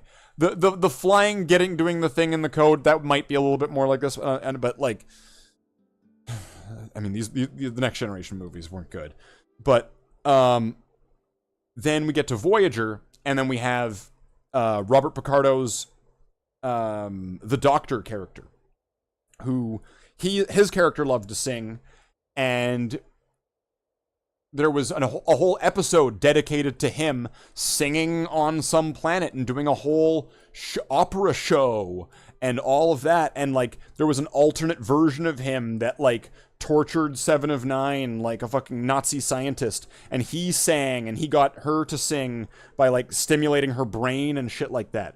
Once again, none of these ever reached fucking Cats level musical. Right? It never reached fucking full-blown, like, Crybaby, where it got to a musical. And then, and Voyager, I mean, Voyager was fine. I mean, I could get into the things about, you know, like, the first time that they give the captaincy to a woman and she gets lost and has to ask for directions. I mean, but we'll just move past that. That's just a joke. But, so... Then we get to Discovery. I'm just gonna move past Enterprise and we'll just get to the point. Let's get to the point. I've rambled on like this. Then it gets to Discovery, or not Discovery. It's not Discovery. It was Strange New Worlds, which is like a prequel reboot, also taking place in an alternate universe timeline. So it's not exactly the Star Trek that we had and knew before, but it's very similar. So just have fun and go with it. The show, which for the most part I thought has been like, I thought that Strange New Worlds for the most part from what I've seen was brilliant. There was some character choices that I wasn't so hot about, and some characters that I thought that I wasn't gonna like, and then later on it gets into it and I'm like, you know what? Yeah, you do fly the ship. You know, like, I ended up enjoying Strange New Worlds, and I remember actually watching this with a bunch of friends, and I was even kind of looking forward to watching the next one.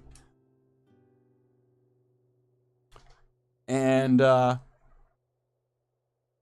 then that next one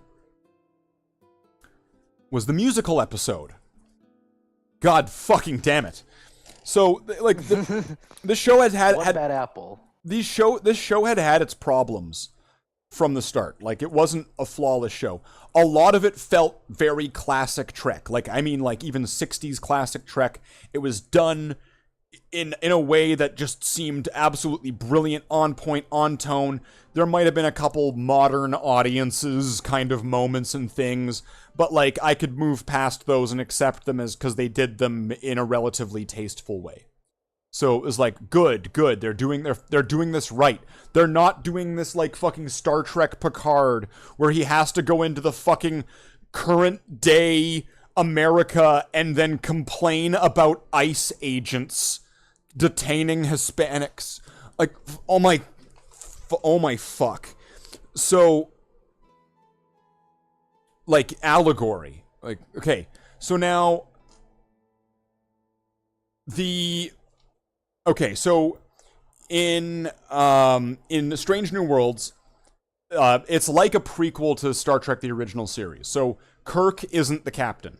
Pike is the captain. So in case you don't know about Star Trek Strange New Worlds, Captain Pike was the captain just before James Kirk on the Enterprise. He's the guy that gets put on life support, right? Yeah, he's the guy in the beepy chair. The he's the guy in the beepy chair. You would think that in the future they would have something a bit more efficient than a beepy chair, but I guess not. Maybe, I don't know. I think that these social services for veterans clearly just don't do enough. So it's just like real life. There you go. See, and so he's the captain. Spock's there. Bones isn't there. The Doctor from the original pilot that had Pike in it as the captain, he isn't there. Instead, they have some kind of like former drug addict, maybe pirate / criminal guy character. Guy, who's the Doctor, Nurse Chapel's there, and they have Number One. Her name is Number One. Although I think they gave her a name in this one now, and she's the second in command of the Enterprise. Then they have spunky Hispanic lady chick, and she flies the ship. And I don't know. And then there's a character who is some kind of granddaughter. Oh my god. There is some character that's some kind of granddaughter or something to Khan Noonien Singh. And her name is Lon Noonien Singh. Now, the amount of time that they put into writing that lazy fan fiction was replacing the first letter of Khan with an L. And they went, hey, look, we've got a whole character now. She's his granddaughter, so that means she, inherits his everything, his wiki page. We don't need to make a character. We can just turn Khan into a character type. Like picking your race in Diablo, in D&D, or in, like Elder Scrolls or something. Yeah, she picked the Khan class. She picked the Khan sub-template class to add to the human race class for her character. And there's her. And, oh my god.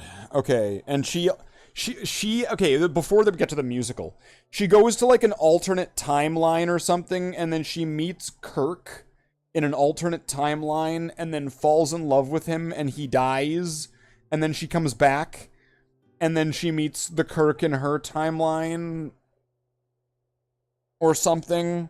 So of course, whoever's insert fanfiction character this is, Lon Soonian Singh, fuck, whatever. Lon Nooney, fucking, oh my god, seriously. It's like fucking Miss Pac-Man. Like it's what they did. They Miss Pac-Man'd Khan and named her Lon. And they decided that's good enough. We're good. We've got a Spock. We got a Kirk named Pike. We've got a Khan. We've got, it just goes on and it goes on. And we've got an Augment. That's Number One. So she's like a Dr. Bashir. And so, okay.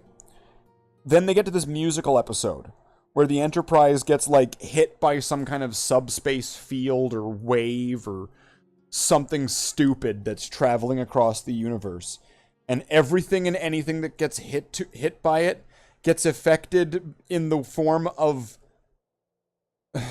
doing a musical where people do choreographed dancing in sequence and choreographed musical singing with a narrative.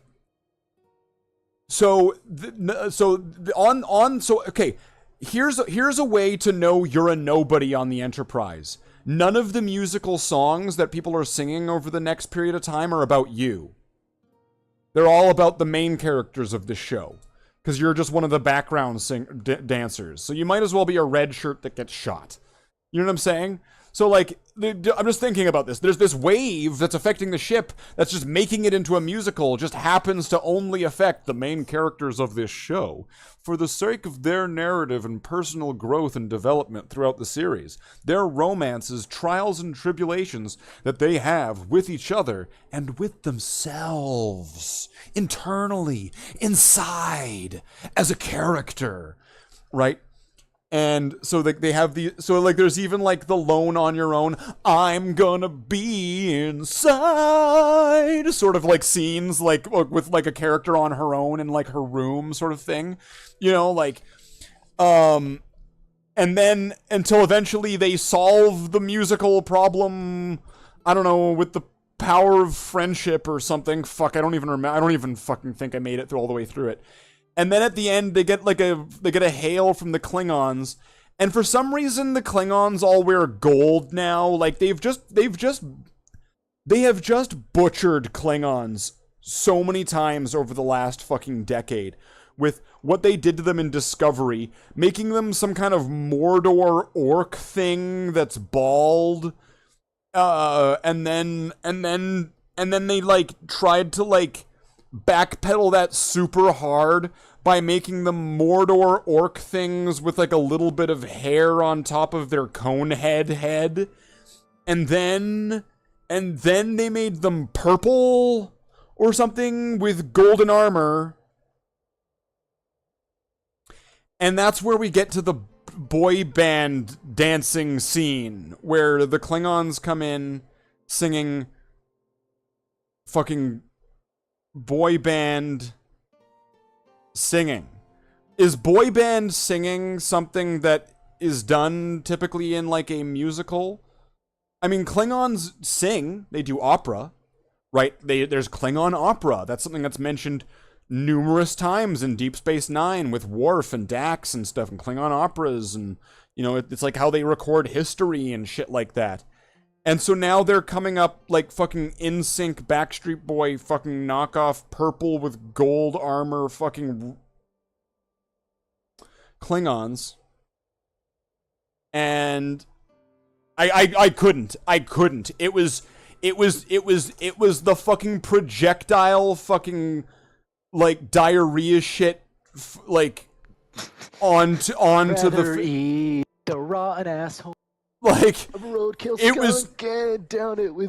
Oh my! Like it was not just like dancing on Gene Roddenberry's legacy and Star Trek's legacy. It was digging it up and then filling it with shit and going, look at how amazing Star Trek is, while pointing at the shit. And then like rubbing the shit all over themselves and going, I'm so proud of this. I really couldn't with that one. The Star Trek musical. Hold on, I'm gonna need another one. I need another shot. Intermission. So we were talking about 40K and the female custodies and other things that I would say are similar to that. I don't want to say like going woke because that gets thrown around so much. I suppose it's lost its meaning. It has, but you get what I mean. There's been other things too. Again, I've told you the whole Sargon debacle in 40K. Yeah, I think that guy had a good point though, where that there is the historic. But I mean, you did also make. No. See, now that I think back to that conversation, you had a good point because the guy was purposely digging on Carl Benjamin. He is. Yeah, this guy, the writer of this book, is very publicly on Twitter. Who would have guessed? Very publicly, has a very public dislike for Sargon. So the fact that he puts this character in his book, with the very similar name, who and then turns this character into a slave master, and again, I have no opinion on what was his name? Bill something? Carl? Yeah, Carl, was that his Carl name? Benjamin? Carl Sargon of Benjamin. I Akkad? have no opinion. Yeah. I have no opinion on Carl Benjamin. I don't know anything about him really, other than he exists. But putting your real world politics and your real world opinion into this fictional universe, that's not good. I mean, it's not like it's unprecedented though. I mean, like, do you think that line in episode 3 of Star Wars, if you're not with me, you're my enemy, came out of nowhere, or could it have been directly referencing George W. Bush saying, if you're not with us, you're with the terrorists, right? Like, so you know what I mean? Like, so if George Lucas had any sort of maybe you I know don't what I mean? know. Like, It's just I mean more like not politics. Your personal beef with a guy. oh well, yeah, if you have a personal beef with some guy, like that seems pretty Yeah. cheap to be putting that into your story that you're Putting that into your publishing. story puts a person. And there's another thing. I don't know if it's the same writer. It could be. But there's another book where I think coincidentally another Necromunda book where there's some hive gangers who actually worship a god empress, which doesn't make any sense at all. Oh, I'm going over the chats here. When are you going to do a Slate the Space Marine musical? I don't know. I mean, it'd be kind of tough to work that together. Yeah, well, every time he does Afterdark and he starts singing "Let It Go," that's it. Oh yeah, I guess That's there's all We've already had it. I would say the DTSDs, right? There's all of those. Oh, that would be kind of neat. Could you imagine that? And it was all animated too, like the For the Emperor was all animated. Had all the characters. Oh, would we have a Jackler song? Like, one of these days, my memes about Slaith are gonna take off. I'm gonna be the next big thing. The whole female custodes thing has kind of gone into Warhammer the Old World now, where Warhammer the Old World is not out yet, but they've released a few books about it, a few novels, just hype people up. There is a new one which the name escapes me, but it's about Bretonia, and I will remind you. So the whole thing, Warhammer Fantasy has obviously been around longer than 40k, so there's even more lore. And Warhammer the Old World takes place like a few years, quite a while before like Fantasy, or at least the latest of Warhammer Fantasy. So it takes place quite a lot before, which makes this retcon even more ridiculous. So in this Bretonian book, it has always been established that really only men can be knights in Bretonia. There have been, whenever there's a woman, they've either been disguised as a man, or it is a special case. Like there's a character called Rapunzel de Lioness, who is Joan of Arc, quite literally Joan of Arc. So it's either special case or they're pretending to be a guy. In this new Bretonian book, there's just female knights everywhere. There is the Pegasus Riders, which are an elite unit in Bretonia. They are now all women. This is now an all-female unit. Just, again, another retcon. You have Bretonian knights using bows, which seems small, but the Bretonians are they're on their high horse. Their whole thing is that they really hate any kind of ranged weaponry. So that is a thing that never happened. And they also have, in this book, they have this deaf knight. He's deaf. He can't hear. The Deaf Knight. The Deaf Knight. The Deaf Knight. He's not like a deaf knight. He's the Deaf Knight. Not like a Death Knight. No. Okay. Not like a D&D kind. Yeah. This guy can't hear. All right. And he is constantly, and I will remind you, most Bretonian knights, unless they're like a Grail Knight, these guys don't have like any superpowers or anything. They're just like normal people. So this guy he's just a deaf guy, and he is constantly affirmed by everyone else who says like, oh yeah, this guy's great. No, even though he's deaf, he's still capable and he's a great knight. And really? Is he though?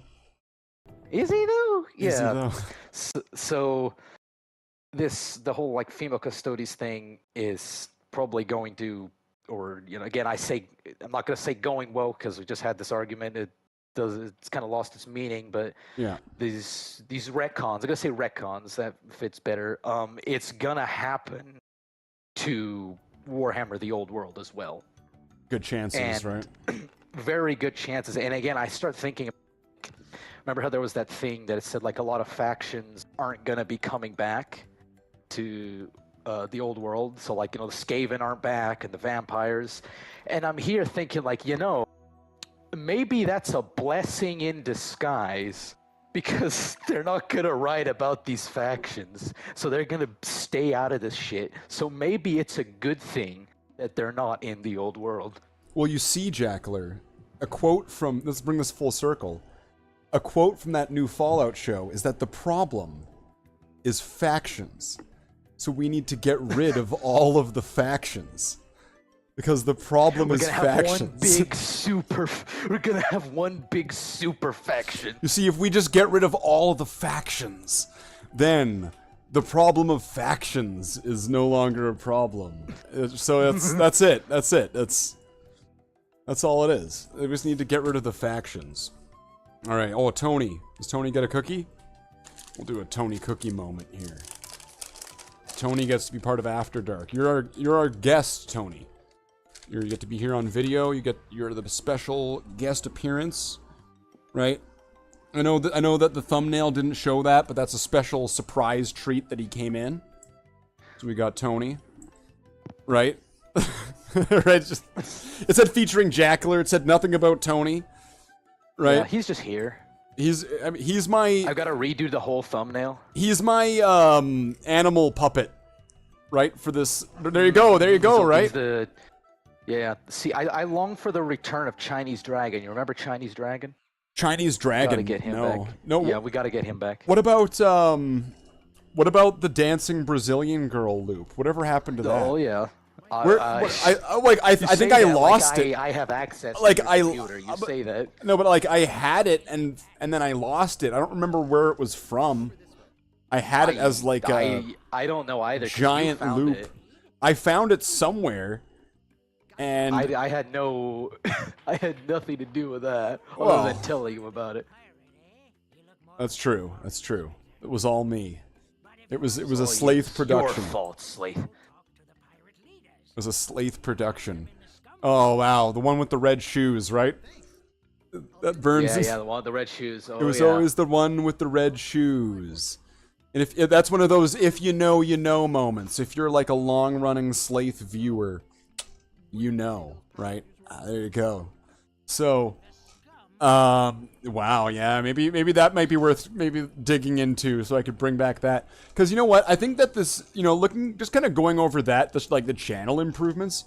Because sometimes we talk about it's an After Dark. We can talk about what the fuck we want. So, I think that this digital background removal, despite its some flaws in areas, is way better than that green screen. I don't know. What have you thought about that? It does look better. I thought that you got a new green screen. That's what I thought. No, this is all done digitally. It's all like AI. So yeah, like my computer, there's no green screen behind me. It does like look better. Yeah. I could show you, or I could turn it off, just so I could display. Although you're just gonna see a big wall of pillows and blankets, so that way the cats don't sneak up behind me on my chair here. Bear with me here. How do I pull this up? Oh, here's the nod chair. Good morning, Commander. You should have had it be like you should have had it be my face on Cabal. So it's like, good morning, Slave.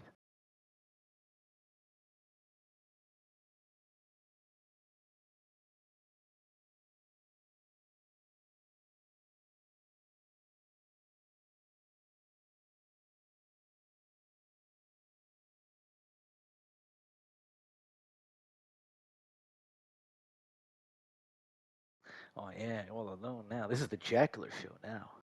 We're gonna talk about what Jackler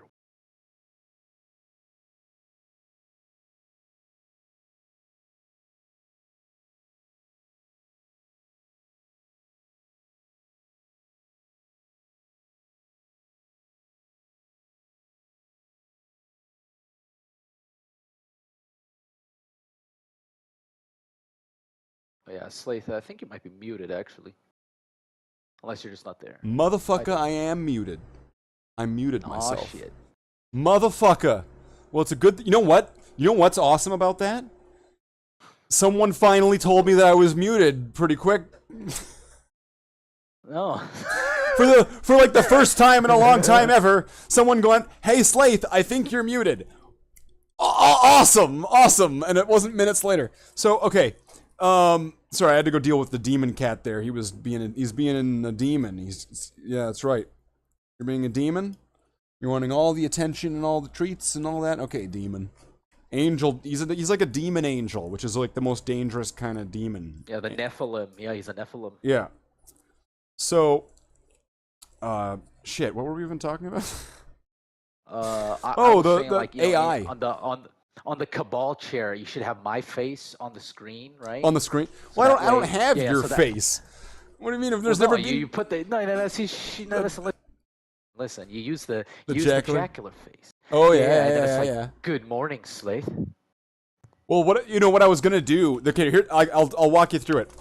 What I was gonna do, and I even wrote out a general premise to like a kind of overall kind of story and stuff that I was wanting to do. And you can even see behind me where I've like blacked out the character, so that way if I sit here, there might be a little bit, but it's not that noticeable. That it almost like I can fill in the space, and it's either you just don't notice that there's nothing there because it's fine. So what I was gonna do was my character here, Slath, was going to talk to Cabal right here, right? He was going to appear right here, this wonderful screen here. And Slath and Cabal were going to be talking about time travel in Command and Conquer. And I have this whole premise written out. I can, you know what? I'll just because, oh, Tony, come on, demon. All right, so just because you're extra special, Jessler. I don't like where this is going. I'll put it in the Jizzler. I'll put it in the Jizzler. See, that's better. I'll put it in like the secret mod chat or something. Okay, there, demon. Holy fuck! Jizzler fuck. 1. I am happy with my new identity. The Jizzler 1. Yeah, rename it. You go to the channel Jizzler 1. Yeah. Go get a jar. Go get a jizz jar. All right. Right, that's where that is the channel that is the #1 jizz jar channel that is on YouTube, available. Yeah. Damn right. So, okay. So yeah, I have this whole premise. So I'll share it with you so that way you can see it. But okay, so let's see. What can I pull up? Is this gonna be right? That's not right. Which one's gonna be just like? Is this it? There we go. There we go. So this is without any sort of filter attached to it. Right? Where you just get to see my messy apartment. So you see, there is no green screen at all. It doesn't exist. Okay, he's going after the cat comb. Come on.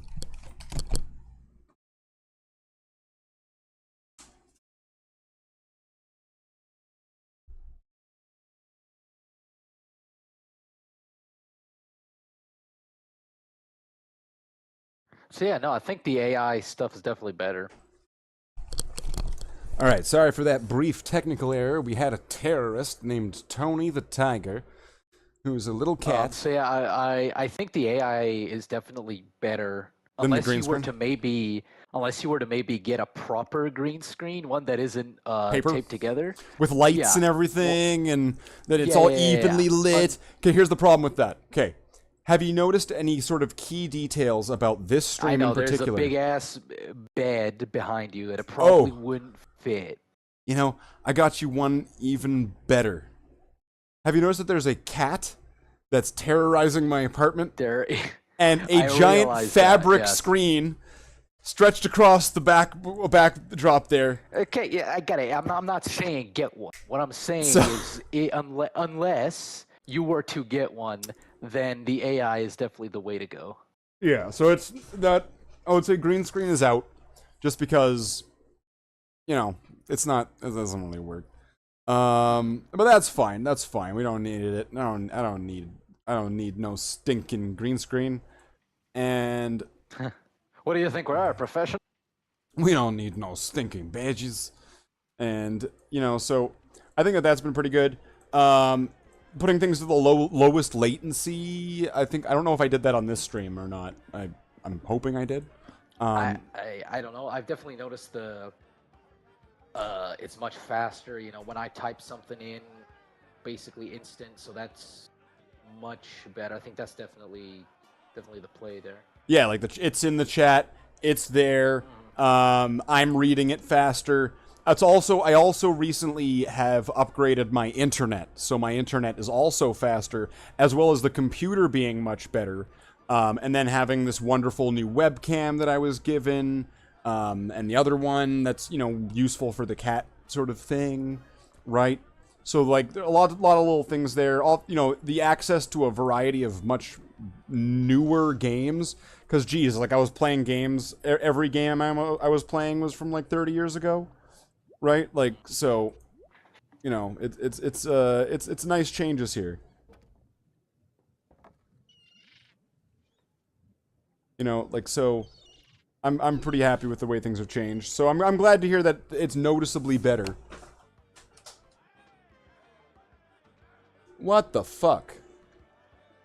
All right, just sit on that. Just sit on that then. What is this cat doing? The evil demon cat. What is this? He's like, I gotta disrupt the show. Turn off the show. Cancel it. I want to be a pirate. These people, they're not good people. You have to cancel the show. These people aren't He's people. like, Stuff anyway. it's like the Halloween at the end, with, like Tony. He's like, you gotta shut it off. Shut it off. Oh, at the end of like Halloween 3. That's what I just said. Yeah. Oh yeah, like the last commercial on the 3rd channel. Yeah. Shut it off. Shut it off. Yeah, it's that, but it's Tony. Yeah, Tony. Yeah, Tony. You are Tony Halloween 3. Halloween 3 is an interesting movie. I think the only problem is that they named it Halloween 3. No, it's fine. I think it's fine. It goes off of the original premise. They were gonna go with an anthology series that wasn't going to be, the return of Darth Vader in Star Wars 2. Yeah.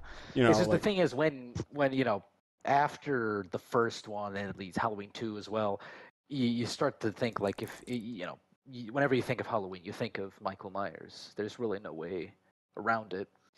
Yeah, So but I think that if they had made the movie and like just called it something else, it probably would have done much better. Yeah, but if that was true, then that would totally disregard and dismiss Indiana Jones 5, where Indiana Jones is joined and completely showed up by a younger, strong boss woman female character with a giant mole on her forehead that is her granddaughter. We're gonna pretend that doesn't happen. See, there's only 3 Indiana Jones movies. Just like there's Which only one's the one 3 with Shia parts of LaBeouf? the Caribbean movies. That's the fucking Crystal Skull. Crystal Skull. That game that I just played is a lot like Crystal Skull. Don't you think? That's not a good thing. Don't you think, though? No, plot-wise, though. Like, he doesn't have a son. It's still set in the 1940s with the Nazis. But he finds this, like, ancient civilization and artifacts, and they're like aliens. Except in Crystal Skull, there weren't interdimensional Nazis, beings. Russians. Yeah, no, because Nazis weren't cool at that time. They weren't cool anymore. Right. No, and because because Harrison Ford was older, so they needed to make it that much. They needed to make it after World War II, where he met Hitler, apparently. So yeah, and now in the later one, in 5, they bring Nazis back. Because that makes sense. Well, of course. Because they needed to, talk about how literal Nazis are fighting India. Like, they needed to, literal Nazis. This guy's little Nazi. Yeah. So, okay, yeah, I don't know where would you say the Indiana Jones Fate of Atlantis story lands? Is it closest to any of them, or is it like none of them? I And so, really couldn't say because like I'm not a like huge Indiana Jones fan. I've seen the movies, but I haven't. I couldn't tell you anything about them. I'm not the Indiana Jones guy. you know, it's actually kind of like Last Crusade in ways, because the start of it. I mean, a lot of them have this at the start. There's like the danger at the start, but in this one, it's you know, it's so the main antagonist or one of the main antagonists takes away the artifact or item that they need, sets them on the adventure. They're also a Nazi. They happen to also be a Nazi, and then they go on their adventure with their previously known possible romantic interest from the past character, who then gets captured by the Nazis, is able to trick or outsmart or whatever the Nazis or whatever, and then when they get to the end of it and they find out that the myths and the legends and all that are true, and that there is a real Holy Grail or real Atlantis. And then the Nazi guy uses the Holy Grail, uses Atlantis, dies, right? It's kind of like was it Raiders of the Lost Ark, because they opened the Lost Ark and like, Yeah. you know, they'll melt and everything. Exactly. It's just like Raiders of the Lost Ark as well. So, you know, I would say it qualifies to hit all those beats of like an indie film, of an Indiana Jones film, not an indie film. Let me rephrase that. It hits all those beats of an Indiana Jones movie, of an Indiana Jones story, where I actually kind of say, I don't know, I feel like by the end of it, despite being really frustrated with it, it still felt pretty legitly Indiana Jones by the end of it. Kind of. With some LucasArts jokes. Yeah, the story, you know, plot premise, I think is definitely solid. It's really just the gameplay itself that's, I would say, is the problem. The puzzles and the mechanics. Yeah, being- that's really the only problem. Again, story and plot premise, etc. I think it could be that's improved solid. with a special edition. And here's how. And I'm going to reference the Monkey Island special editions for how. So one, a completely overhauled graphics. Like, keep the exact same system. Maybe, you know, but like, you know, just make it, you know, to modern computers, modern audiences. So you fix the backgrounds and the characters, make them function the exact same, but just in more HD environments and character sprites. Okay? Step one. So that way, things like those screws might be a little bit more noticeable. Maybe they're like shiny or something, or round. And so, step one. Step two, add a highlight item option in the the menu. So that way, if you really are stuck and you can't find something, like on computer, you could click like right click, left click at the same time on your mouse. And then in Monkey Island 2, all the interactable locations like doors and items and things like that, they just glow. So that way, if something's like, if you can't tell what you can do something with and can't, the game will just show you, this is what you can interact with on this screen.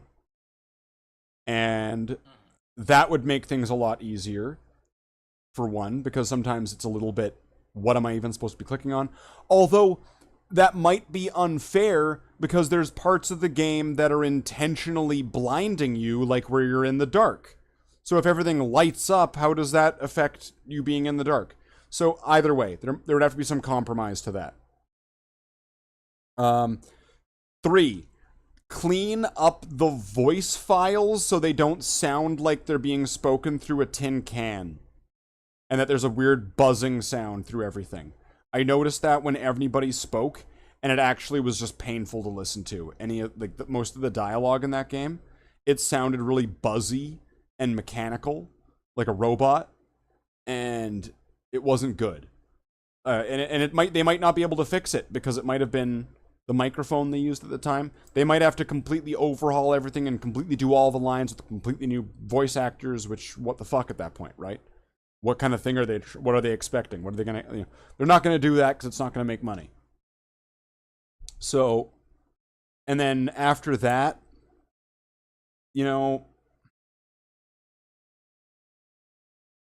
I'm not sure what else you could really improve beyond that. That would really be beyond what they'd already done with the Monkey Island special editions,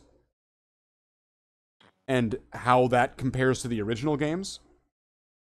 And then playing this without ever playing a special edition version and knowing what's available in special edition. I would say that's how they could make that game improved. I don't know. Is there anything else you think? I don't know. Just and sorry, one more thing. And if you press the H key, like in a special edition, the game gives you a proper hint. And if you press it enough times, the game just directly tells you what to do. Done. What do you think? Yeah, I think that would work. The only issue I foresee is that we're probably never going to get a special edition of that. Probably not. And I say mean, probably. I think unless it was done. Probably... Unless it was done, and if you'd have to, first off, I guess you'd have to have some kind of approval by all the people that are probably originally. So they might have some kind of I don't know, like if anybody made a new version of this game, they get royalties or whatever, right? You have to arrange all of that probably, but unless it was done super cheap and then just kind of given to LucasArts, I don't see it happening myself either. Yeah, just because this is never gonna happen. I don't remember. I don't know if this game was ever that popular enough to be able to get a special edition. But I would like to see, now, saying that now and going through all of that, going through this game after playing Monkey 2 and Monkey 1, and then playing this game, I would like to see a special edition of it, though. I mean, I don't know, how much would they have to pay? They'd have to get an artist to make all the different maps and screens, right? To, reinterpret all the different screens. And then all the different items and things like that, and to reinvent things in a way to remake everything. But that's gonna take what? Some kind of that's gonna take what? An artist in Photoshop with some layers to make the items and you know what I mean? To make the items and to make the locations. That's gonna take Photoshop and an artist. And then I guess they're gonna need some kind of coder to recode roughly the same thing with a few new updates to it, to the UI and to the mechanics of the game and to the hotkeys and things like that. They're gonna get somebody to have to write the fucking credits, and then they're gonna have to pay somebody to write the checks. How much is that gonna cost them? Probably a lot. And something that they're never gonna do. I'd love to see a remake of Dark Souls 2, but unfortunately, that's never gonna happen. And I will cry myself to sleep every night. Is Dark Souls 2 the one where there's the first boss is some guy, you have to jump down on him from a ladder or something like that? That is one. Okay, that's where I got stuck in that game, and I've never played another Dark Souls. They're good. They're pretty fun. They're good, RPGs. Probably not your thing, to be honest. I didn't have any fun with it. I honestly was not having a good time with Dark Souls, so it wasn't for me. What you should play is Fear and Hunger. Fear and Hunger. That's what I think. That's you were talking about that. That's I've been telling you about that. Oh yeah, no, because it's a good little JRPG. I think it's the I kind of thing you're into. I got one better. I got one way better for you. What if I played Magic the Gathering on Steam, the free version? Magic the Gathering, Jackler, Magic the Gathering. What if I got an even better idea? What if you did the exact opposite of that? Yu-Gi-Oh? I think that's somehow even worse. Pokemon cards?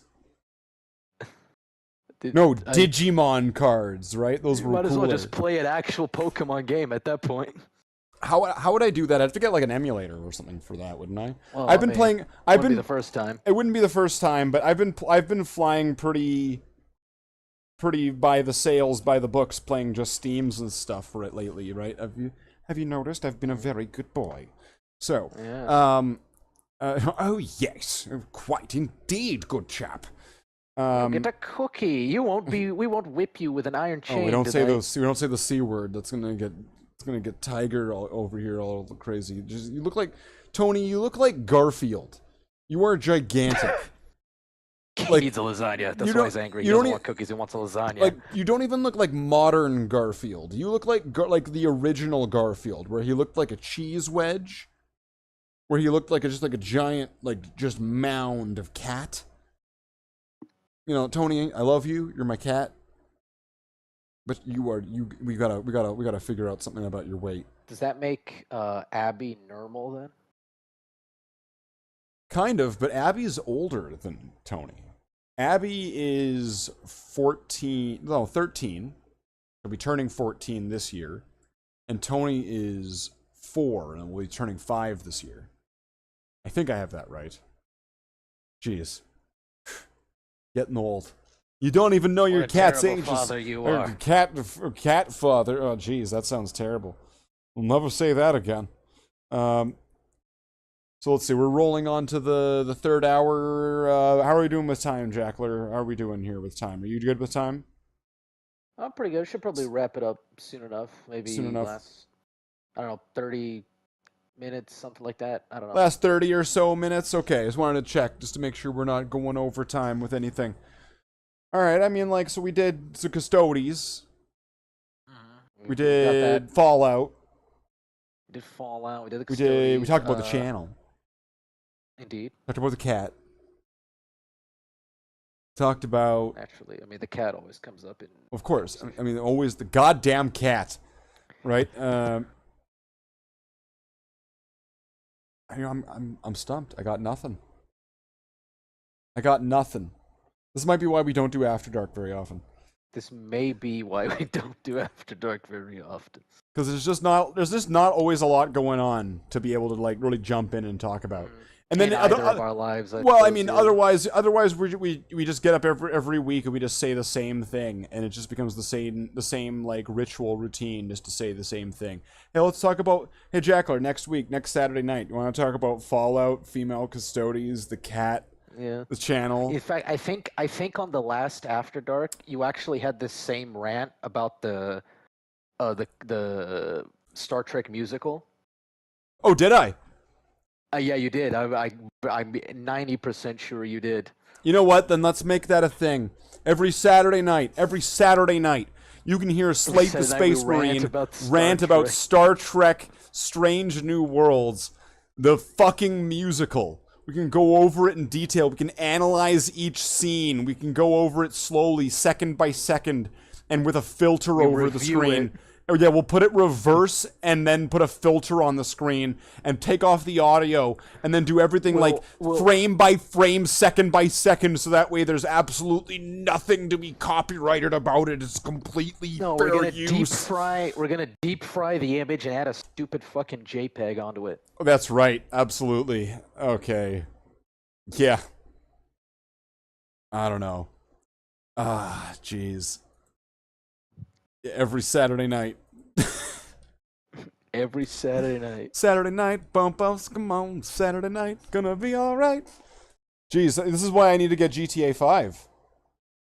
Right? To be able to just play that. Yeah, that's why I need have to it go on the background. Oh, yeah, let's see. Let's hold on. Let's do a little bit of magic here. How do I do the screen capture? Wait, that's not the right one. Screen capture. Okay. All right, let's see. Let's store. Wait, GTA 5? Is it on here? GTA 5. I would not Nobunaga. actually recommend GTA. Oh, it's 5, $15. But it's $15. though. See, I've got a better idea, Slate. Instead of $15 for GTA 5, Yeah. you could pay $8 and get Fear and Hunger instead. Fear and Hunger. Let's see. Fear, I gotta send you a And link to it Hunger. because it's a little goofy sometimes. I gotta send you a link to it. Does it use the ampersand? It does have an ampersand. Does it spell fear or hunger in any way that's not spelt? Name, Fear and Hunger. No, Yeah, 1979. it Above the doesn't Fallen. showing up to. I'll send you the link right here. Oh, but I gotta use a link. That means I'm gonna have to pull up Yeah. Discord. All right. Well, It's fine. I guess It's fine. prepare to have It- the direct chat open up in Discord in the stream here. Oh my. All right. So let's see. What do we got here? Fear and Hunger. Fear and Hunger in Las Vegas. Oops, sorry. An error was encountered in processing this request. You must log in to see this. Motherfucker. Yeah, you gotta log in. Well, I'm not. Well, you know what? We're not. Well, how else would you buy it then? Well, I don't know. I don't know how you would do that. So that's why I suppose it's just not going to happen. Oh, wait, there we go. Now we can see the stream from... Here's the studio, where we can see... Oh, wait, there's nobody watching. Oh, well, that's sad. Well, I guess we should wrap up then. Oh, wait, or am I watching so. now? Now it says one person's watching. Well, wait, who's that? Is that me? Is that you? Who is that? You? I don't know. Me. Does it say one because I joined in the studio? So does this count as watching? Is this... Wait, but now it says 0. But I'm still here on this screen and haven't left or moved or done anything. So does that mean there's somebody just popping in for like a couple seconds going, I'm watching, I'm not watching. I'm watching, I'm not watching. Is that how this works? Is that how this works on this show? Is that the thing? It could be. It could very It well could be. Oh, look at this. Here's the lifespan of the thing. Four of those viewers are me. That's right. That's true. That's true. No, but there's wait. But there's 4. That's consecutive. So unless you're saying you have multiple accounts, that's 4 at the same concurrent. At the same. So at one point there was actually 4 different accounts watching. Jackler. Unless that's 4 different U's. I don't know how many Brazilians he got going on here. Well, you see, I'm very good at cloning myself. So okay, so it's not coming up. Whatever. We don't need to. We don't need to just put. log in. Just log in right now. Just Do it log. off stream as soon as we. No, we're gonna be here off stream. I'm not letting you escape this time. You son Well, of a bitch. You're not escaping me this time. Well, I can just pull that down. You see, you're not escaping me this time. What the fuck? You're not escaping me this time. No, I'm not letting you. You're not escaping this time, Your gadget. ass is mine. All right, let's see. Can I log in? Oh no, it doesn't remember my password or my account. I can't do it. I can't see. Look. Yes, you remember your password. No, it doesn't. You remember it. It doesn't do You it. remember It doesn't. It doesn't I show. know you remember it. It doesn't show. I can't do it. I can't do it. Yeah, it does. You put it down, you No, son of a bitch. no, You put it down. Slaith T Space Marine. No. Your password it's not is there. Tony3457. I can't do it. I can't pull it up. It's yes, you can. unpull-upable. Yes, you can. I know you can. Well, maybe wait. Maybe Fear and Hunger. Why can't I just find it? Trust store steampowered.com. Visit site. Why can't I just pull it up on Steam? I don't know why. I guess it's because it's marked as adults only. That's probably why. Well, is there like a turn off thing for Steam that I can make it just so I pull it up? Like, come on. I don't know. Well, Just log in, man. you remember know, your login details. Come on. I think at that point, I think it's one of those. If it doesn't show up on Steam, I will find you. if it doesn't show up on Steam, well, I don't know. If you want, you could send me like a code to it, right? And I could put it in, and then I would have it available, and I could pull it in. Wait, hide ignored items. What's that? Could that be it? I don't know. Hide 'Cause I don't items know why in you my can't find it. So, wait. Verified playable. Not coming up. No, nothing. I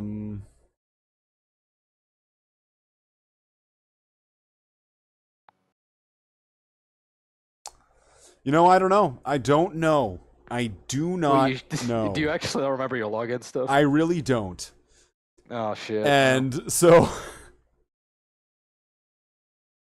it's fine. It's fine. We're all fine here now. Thank you. How are you on this one, right? So it's fine. It's all fine here. We don't need to worry about any of that. Not one bit. Not at all. So, I don't know, maybe we'll wrap it up here, because we're at, like, the end of the hour. It seems like it's kind of a good wind-down point. Because we got nothing going on here. And it seems like everyone's falling asleep. So, good night to everybody who is already a good night, Never Never Land. That's not even, well, I mean, I don't want to be all, well, next time. Gadget. Next time. So we'll do the wrap-up thing where we do the thing. Tony, you want to say a good night, Tony? All right, we'll get Tony to say a good night, Tony. All right, good night. Have a cookie. All right, here's your cookies. All right, Tony's got some cookies. We're gonna wrap the wrap up, and I guess we gotta be like quiet for the next 30 seconds while this thing plays.